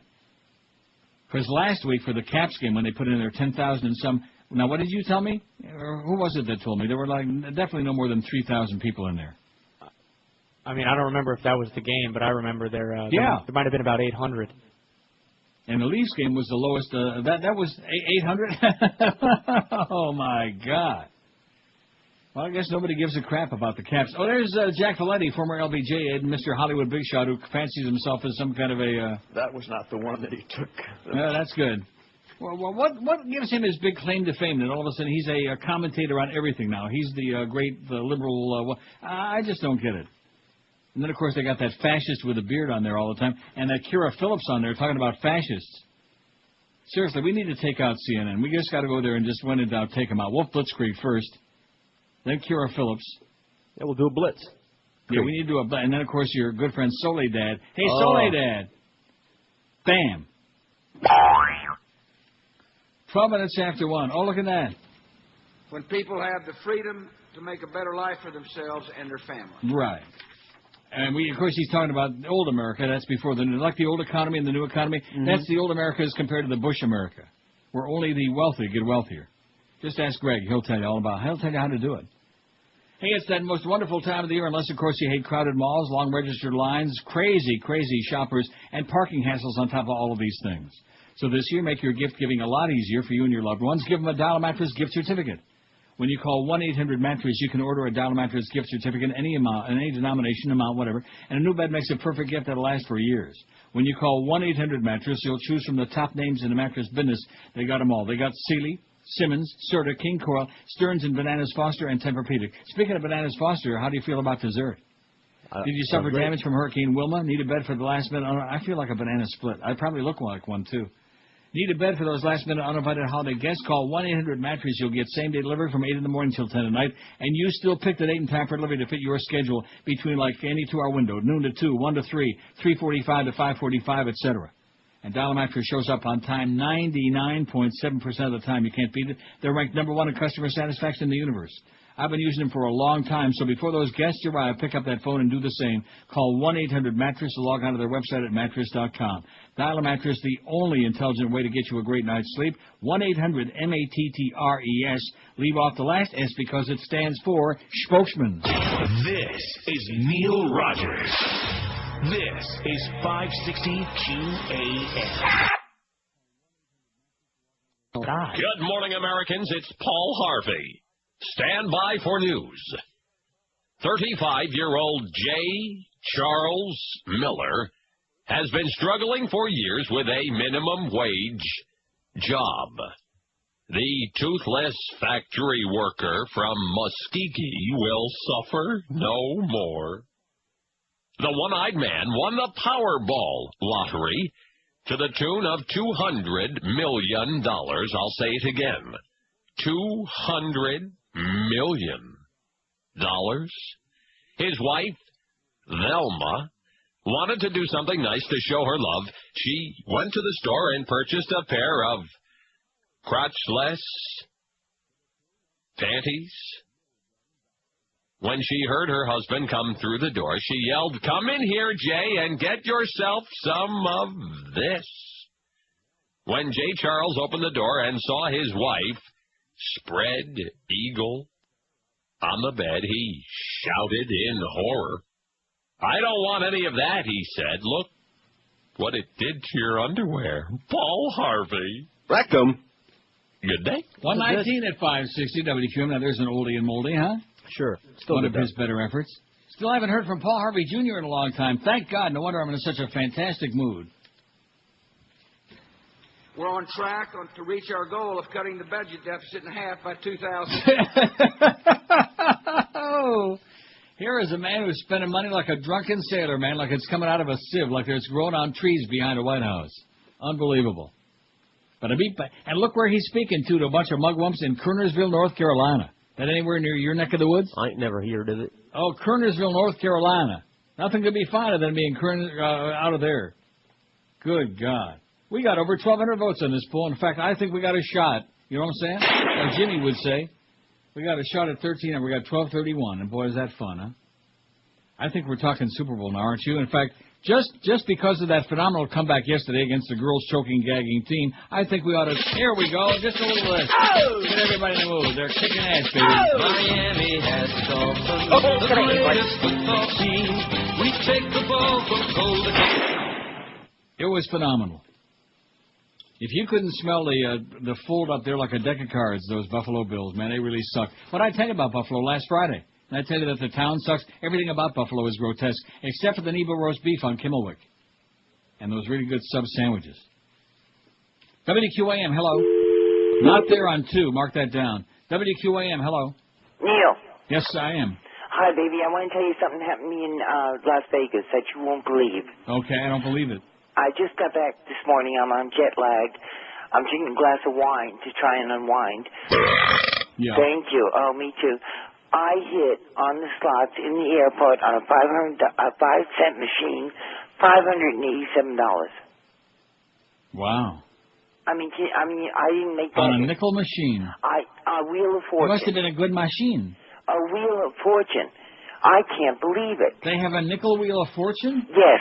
It is so weird. I'm telling you. I got 3,000 on the slots in there, but nothing compared to what I won there. And I flew America Worst, which you're not kidding, that is America Worst. Oh, boy. Still bad, huh? Yeah, listen, when at Woodbine, do they have Wheel of Fortune up there? Sure, $1 and the $5. Oh, I tried the $5. No quarters, no nickels. Oh, I mean, I did it because our plane was late and I had nothing to do. And I figured, I spent all this money playing against all the odds because the machines in the airport are as tight as a drum. I can't believe that. Well, don't spend it all in one place. Please, I can't. I owe it out to the person that I went with because I had to borrow $800 from her. But I had a good time, but I wouldn't want to go back. Well, there you go. Okay, plunge your guts on and get some rest. Thank you. Okay. $587 on a nickel machine, man. It must have been a good machine, man. A good machine. You know something? How'd I leave that off the poll? How about Jamaicans? How'd I leave that off? Well, you got black people on there. Huh? No. Absolutely not. That's forget about that. Well, you're right about the Hispanic thing. See, we should have put Cubans and Mexicans, but this is a whole different category. No, right. This is far removed from that. The Jamaicans don't come from Africa. Where the hell do they come from? Hunger? Jamaica?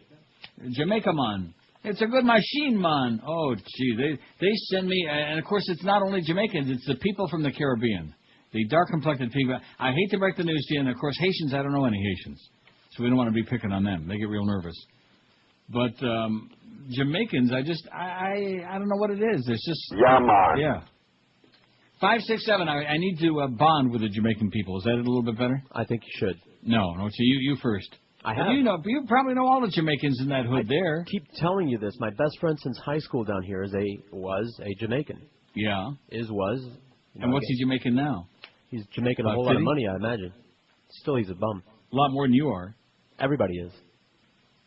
1,234 votes in that poll. Boy, we got a real outside shot at 1,300 during the show. That and 40 cents will buy you like eight spins on that wheel there. The nickel machines at the airport. I thought it was going to be like some... Didn't you think it was going to be like she won $30,000 or something like that? About 30, man. No. $587 bucks. Maybe I don't know. Maybe that's going to change a lot of people's life. Would that change your life? Yeah. Oh, well, in that case, I'm going to... Listen, what I'm going to do is I'll stop payment on that one that I sent you. And I'll send you one for $587. How's that? All right. Sure. It'll change your life. Yeah, QAM, hello. Neil. Yes. I have an idea for a poll. It's sort of a spin-off of this poll. How about the worst phone callers? All the guy with the eyes and the whisper and all that. Yeah, I've been there, done that. It's boring. 567. We don't want to give those people a lot of ego. Just forget about it. Only one kind of person wants us to do a poll like that. Right, chronic one callers. of them. That's it. You fairy. 567-0560, #5. When we haven't heard from Paul Harvey Jr. yet. I'm figuring if I take enough calls, he might sneak in there, but I doubt it. Just to brighten up your day a little bit. WQAM, hello. QAM. See, I figured since you already had that fun chat with Greg this morning, if you could confabulate a little bit with Paul Harvey Jr., that would make your day 2 of your closest personal friends. Why stop there? Well, who else? Well, yeah, the one that... People I dare not name. The one who have a special place in their parts for you. Yeah. I can't say what part. Rectum. 5670560, pound 560 in the Verizon. See, I keep forgetting about this 87-minute delay that we're on now, this 4-day delay. Actually, this show is being taped on Thursday. Might as well be, the way this delay thing is set up. And that's, of course, because we had... Oh, and I forgot to mention about the Stern piece on 60 Minutes that I missed last night. What a shame. Josh is the only one that's seen it. And said... Nothing special. No, not much. Just another gratuitous thing, because next month he starts on Sirius Satellite. So it's just another way to get some free publicity, and that's his thing, man. That's his thing, his publicity. He is the world's #1 publicity hound, and does a hell of a job at it. Every time he farts, man, they got to have the fart-o-meter to get the flavor and what he had for breakfast this morning. It's fantastic. WQAM, hello. Hello? Yes, sir. Is this George? Yep. How you doing, George? Pretty good, Pally. What do you got? I'm trying to speak to Neil. You're speaking to him. This is Neil. This is Neil. I was George before, but now I'm Neil. I'm whoever you want me to be. I'm a Good talking chameleon. to you. Hey, Neil. Yeah. I know where there's a black dentist Yeah. in Miami. Really? You go to him? 100. Yeah, absolutely. And he's a terrific dentist. His name is Roger Fenord. His name is what? Roger Fenord. He's on 119th Street, North Side. Okay, great. All right. There's a little free advertising for the black dentist. Good. That's excellent, because too much of that butter pecan ice cream, man, turn your teeth, just rot them right out. You know what? Oh, I will say this. Now, speaking of dessert, see, that turned me back to that banana split idea I had. That's probably a bad idea, isn't it? Yeah, it's a bad idea. Well, if that's all I had for lunch, just a big old banana split. No vanilla, though. Look, you know as well as anyone. Yes. They're always coming out with books and plans and diets. Yeah. And there's the only no diet diet. He there's says, only well, you one want it, eat it. plan, there's only one diet.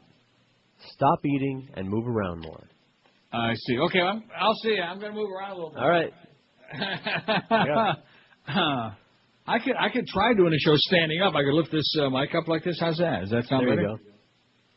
What do you think? I think I'll do the spot standing up. Wear some, lead weights besides the ones you have on your feet. Lead weights? Yeah. You fairy. What are you trying to say? Some ankle weights while you walk around, since you're walking everywhere. No, get the ankle weights for Greg. I hear he's going to be wearing them pretty soon. Just joking, Greg. You're okay with us, baby. Whatever they say, we agree. Whatever they say. And, of course, let me just say this about the Beasleys. Remember that action auction thing they had there, that online? Oh, brother. Talk about a bunch of scamsters. Who are you kidding over there? Pompano Park Racing and Poker has the gambling action you want, featuring live harness racing and their great poker card room. Pompano Park is open every Wednesday, Friday, and Saturday. And best of all, admission and parking always free at Pompano Park. Come root home a winner from the rail. Brucey Ranger, a constant danger. Or enjoy poker in the smoke-free card room with tournaments every day. Also, harness thoroughbred highlight simulcasting every day, 7 days a week, from tracks all across North America. Post time is 7:25, and the card room opens at noon. In fact, it'd be open, let's see. Does that include Monday or just Wednesday? I don't know.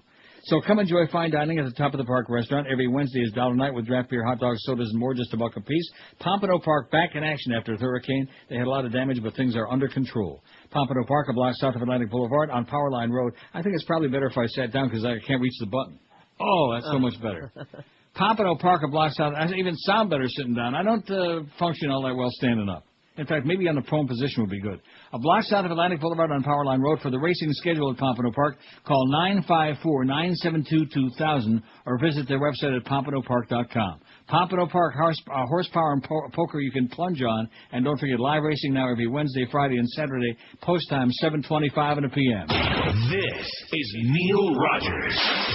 This is 560 GAM. Oh, a bitch. In a world where words are a sin, he offered his life to God in sacrifice for forgiveness.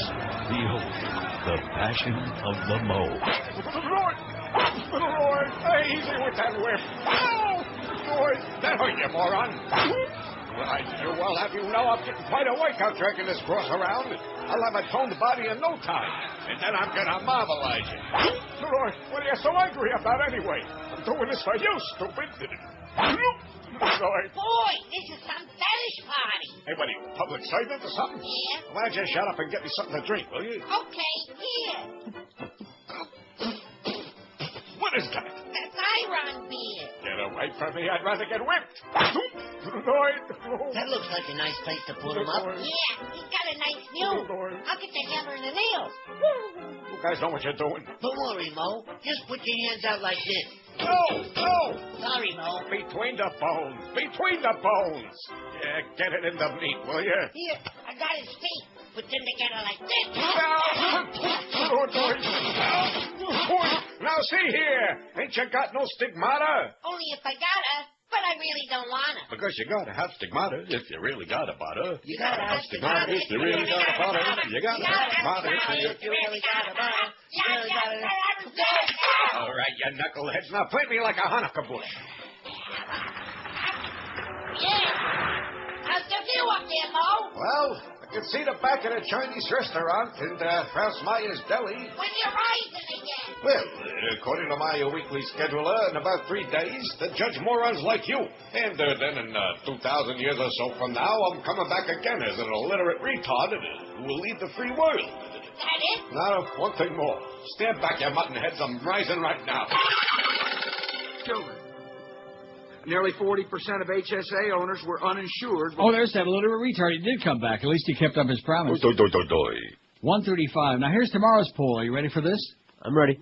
It's an oldie but goodie that we took a long time ago. And, of course, the reason I'm taking it is because we were discussing the other day about how the state, it just doesn't change. The music in South Florida on your radio is pathetic. It's tragic. And every time I'm in town and I get in my car, my beautiful Corvette, and I start punching around and just desperately trying to find a song that I've heard before and would like to ever hear again, forget about it. Can't find it. Hey, by the way, Bob Hamilton at Magic, you're an idiot. You notice that guy finally stopped calling after I bitched him out? I'll take care of Bob Hamilton, okay? We know he's an imbecile. And even Ricky Ticky with a cap hates him like poison, I'm sure of that. What radio station do you listen to the most for music? Now, I think I got the music stations all on it. Do we want to put the No Spigot Inglés music stations on here, like WCMQ? I don't know what they are. I don't either. Well, why not? You better get with it, mister. You better get your spick straightened out. What? I do have them straightened out. I just don't know about the station. Oh. Well, we got a couple of them on here. We got RMA and AMR, Radio Amancia, Romancia, whatever the hell they are. Amor. There's got to be some convenient up-to-date directory that you can just, print out or something online. No, there's not. I Googled it. Huh.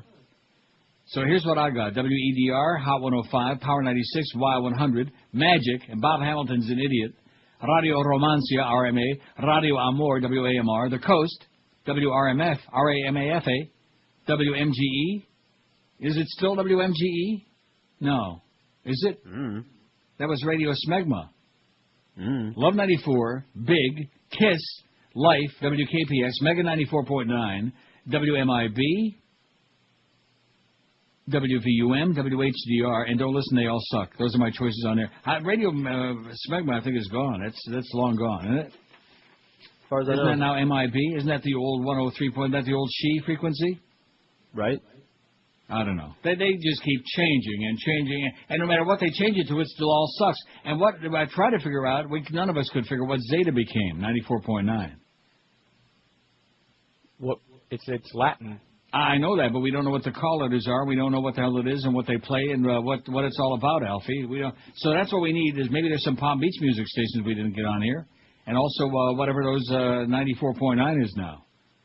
See, if Duff was there, he'll be back tomorrow from Connecticut. But if Duff were there, he'd come running in and tell you because he knows the market. Clarence, on the other hand, he wouldn't come because if it's got nothing to do with sports, he knows nothing about it.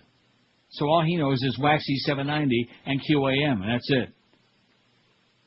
And maybe 1400 because Carl Bananas Foster was on there for 2 months doing sports. Remember that? I do.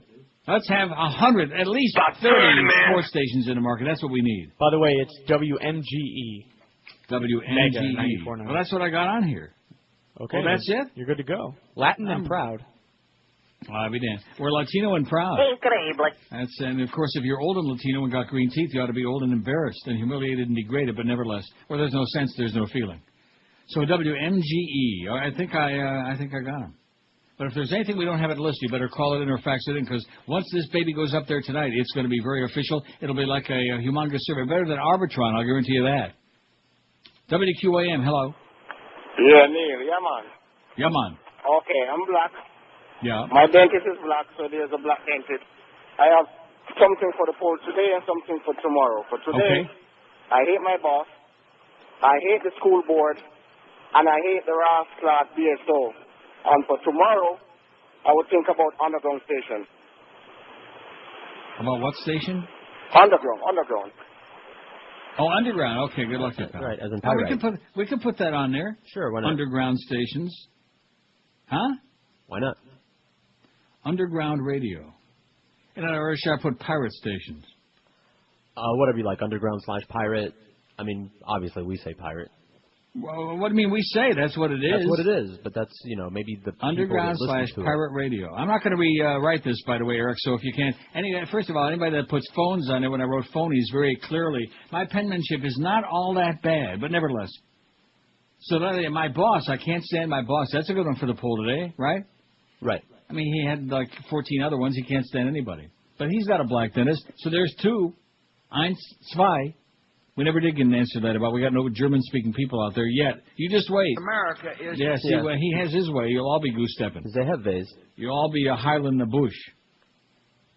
Let's see, 1269. We got 21 minutes, and we need 31 votes. Boy, we got a real shot at 1,300. That's that old lucky 13 again. Sundin and Danny Boy Marino. Danny and Jimmy and Danny. And how about that Nick Saban, baby? How about that comeback yesterday against the Little Curls folding and choking team? It's not that I don't want to give him any credit, especially that sage-dressing Rosenfels house team, but nevertheless, against a team that was just ripe for the pickings. This is Neil Rogers. This is 560 QAM. Jim managed to take a shower. Oh! Your car. You love it. You need it. And you want to protect it. But how? You've tried the club. You've tried LoJack. You even put your trust in the wimpy little alarm system that came with your car. But where did it get you? Now, the answer is here with the Palestinian car alarm. It's a sound that could wake the dead, and it sure as heck will wake the neighbors. The Palestinian car alarm works because it's not a mechanical device. It's a genuine Palestinian. And boy, is he alarmed. The Palestinian car alarm not only sounds a startling alarm, it also uses verbal messages to ward off would-be intruders. You are too close to vehicle. And if thieves persist, the Palestinian car alarm will make them pay the ultimate price. I won't let this car be stolen like my homeland. Time for you to die. Whether you park on Sunset Strip or the Gaza Strip, you need the Palestinian car alarm. I'm dying over here. 146, 14 till 2. Just the fact that out of the corner of my eye I can see your president there on the screen just gives me spilkies. I'm getting like IBS like you got. Yeah? Although, how do you feel about dessert? Sounds great. What do you got? Banana split. I haven't had a banana split in years. And what's the big deal with the banana split? Oh, they split the banana down the middle.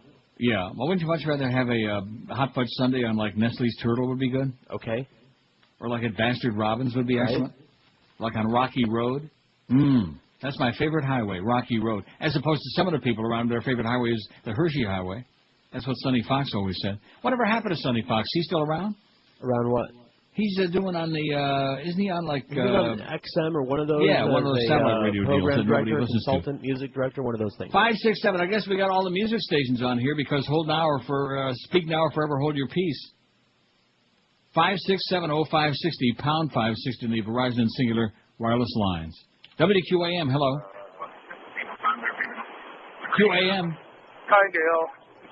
I'd like to add Joe Lieberman to your poll. Oh, Joe Lieberman to the poll. Well, guess what? We're not putting names on the poll. How do you like that? Oh. What station's he on? WQAM, hello. Is George? Yeah, George. Oh, yeah, I got a quick question for you, if you don't mind. The bit that came on at 1 o'clock this past Friday, there was a song about 20 years ago, I think, that it was the on that Mo thing with the Geldy, and it's that song. It used to go on for about 5-6 minutes with like a yodeling guy. Do you know the name of that song of the group? Hocus Pocus by Focus. Yeah. Ah, that's what. Because I wanted to get it again. Thank you very much. You're welcome. We live to serve. Okay, and what's the bit called? Mocus mucus. Oh, yeah. Yeah.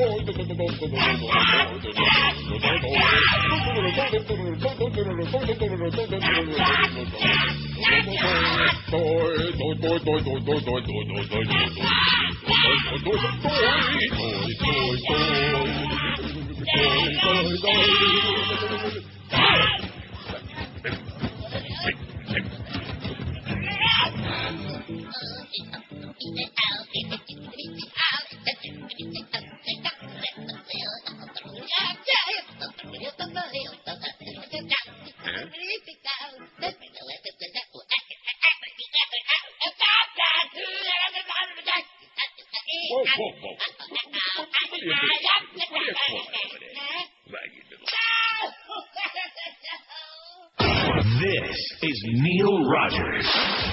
This is 560 rock solid.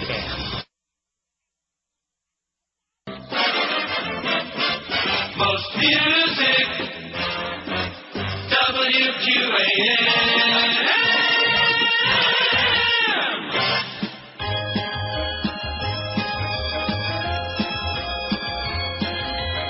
The sign that used to say Robbie went dark, and now they're calling it pro player park. Cause Fruit of the Loom said it's time for a change. The new rules are you have to show up in your underwear, and no one ugly is allowed in there, so you'll have lots of fun checking out those buns. My zipper's flying down, so I can get my kick up when the game is over tight. Just like my Fruit of the Loom back around over my bulging mouth. Now you can see a lot more at the game, since everybody is undressed the same, and you can look around to see what's hanging down. This is paradise now. I never realized just how good it would feel being glad in my jockeys at the football field. Since Robbie is gone, oh, and now it's PP Park.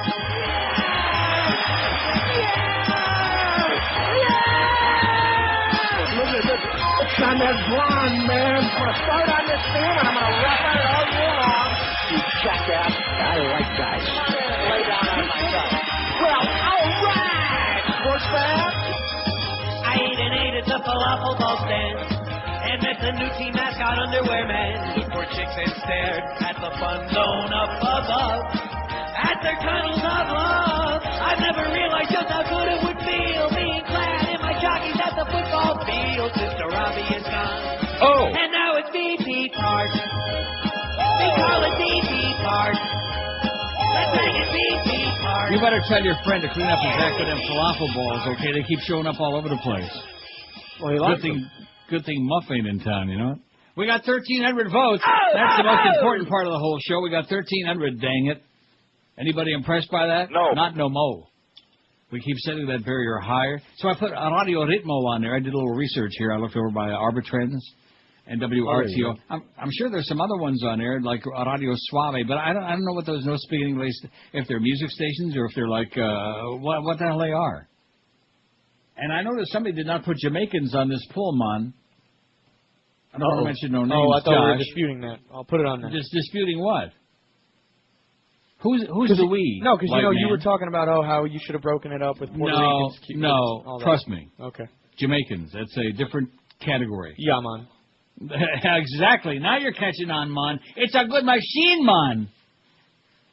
$587 in nickels she won there at the airport, and she calls me to get all excited about. Come on, lady, get serious. I'm happy for you, but get real. First of all, anybody that plays the slots in the airport deserves to lose their ass. Okay, here's today's poll now, not to be confused with tomorrow's radio stations and all that other crap. It's very sad. It's pathetic. It's one of the great disgraces of our industry, which now is loaded with so many. You know, I can smell the bratwurst cooking on my flavor wave right now. Man. I put that on there during that last break. Anyway, I can't stand, and we got 1,300 vote. Religious nuts, 422. Something we can all agree on, anybody with a brain. We can't stand them. In other words, believe whatever you want, but just leave all the rest of us alone. Stop with the baloney already. Stop with the Christian movies and the Christian video games and the Christian yellow pages and the Jewish and the Muslim. And just leave everybody alone and cut the crap. South Florida drivers 106.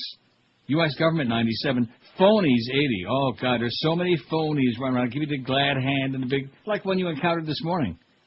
New Yorkers 71. Loudmouths 55. People who stink 46. South Florida 44. Stupid people 40. This poll, 39, they hate it, can't stand it. Rednecks, 37, black people, 36, drunks, 32, going to the dentist, 29, Hispanics, 24, Jews, 21, people on cell phones, 16, screaming queens, 11, screamers, reality shows, 11, telephone solicitors, 11, not that kind of screamers. You fairy. FP&L, 10, being married, 10, my in-laws, 10, obese people, 8, sports nerds, 7. The homeless voice people, 5. Watch out when you run them over. You don't hit any innocent pain-in-the-ass bystanders.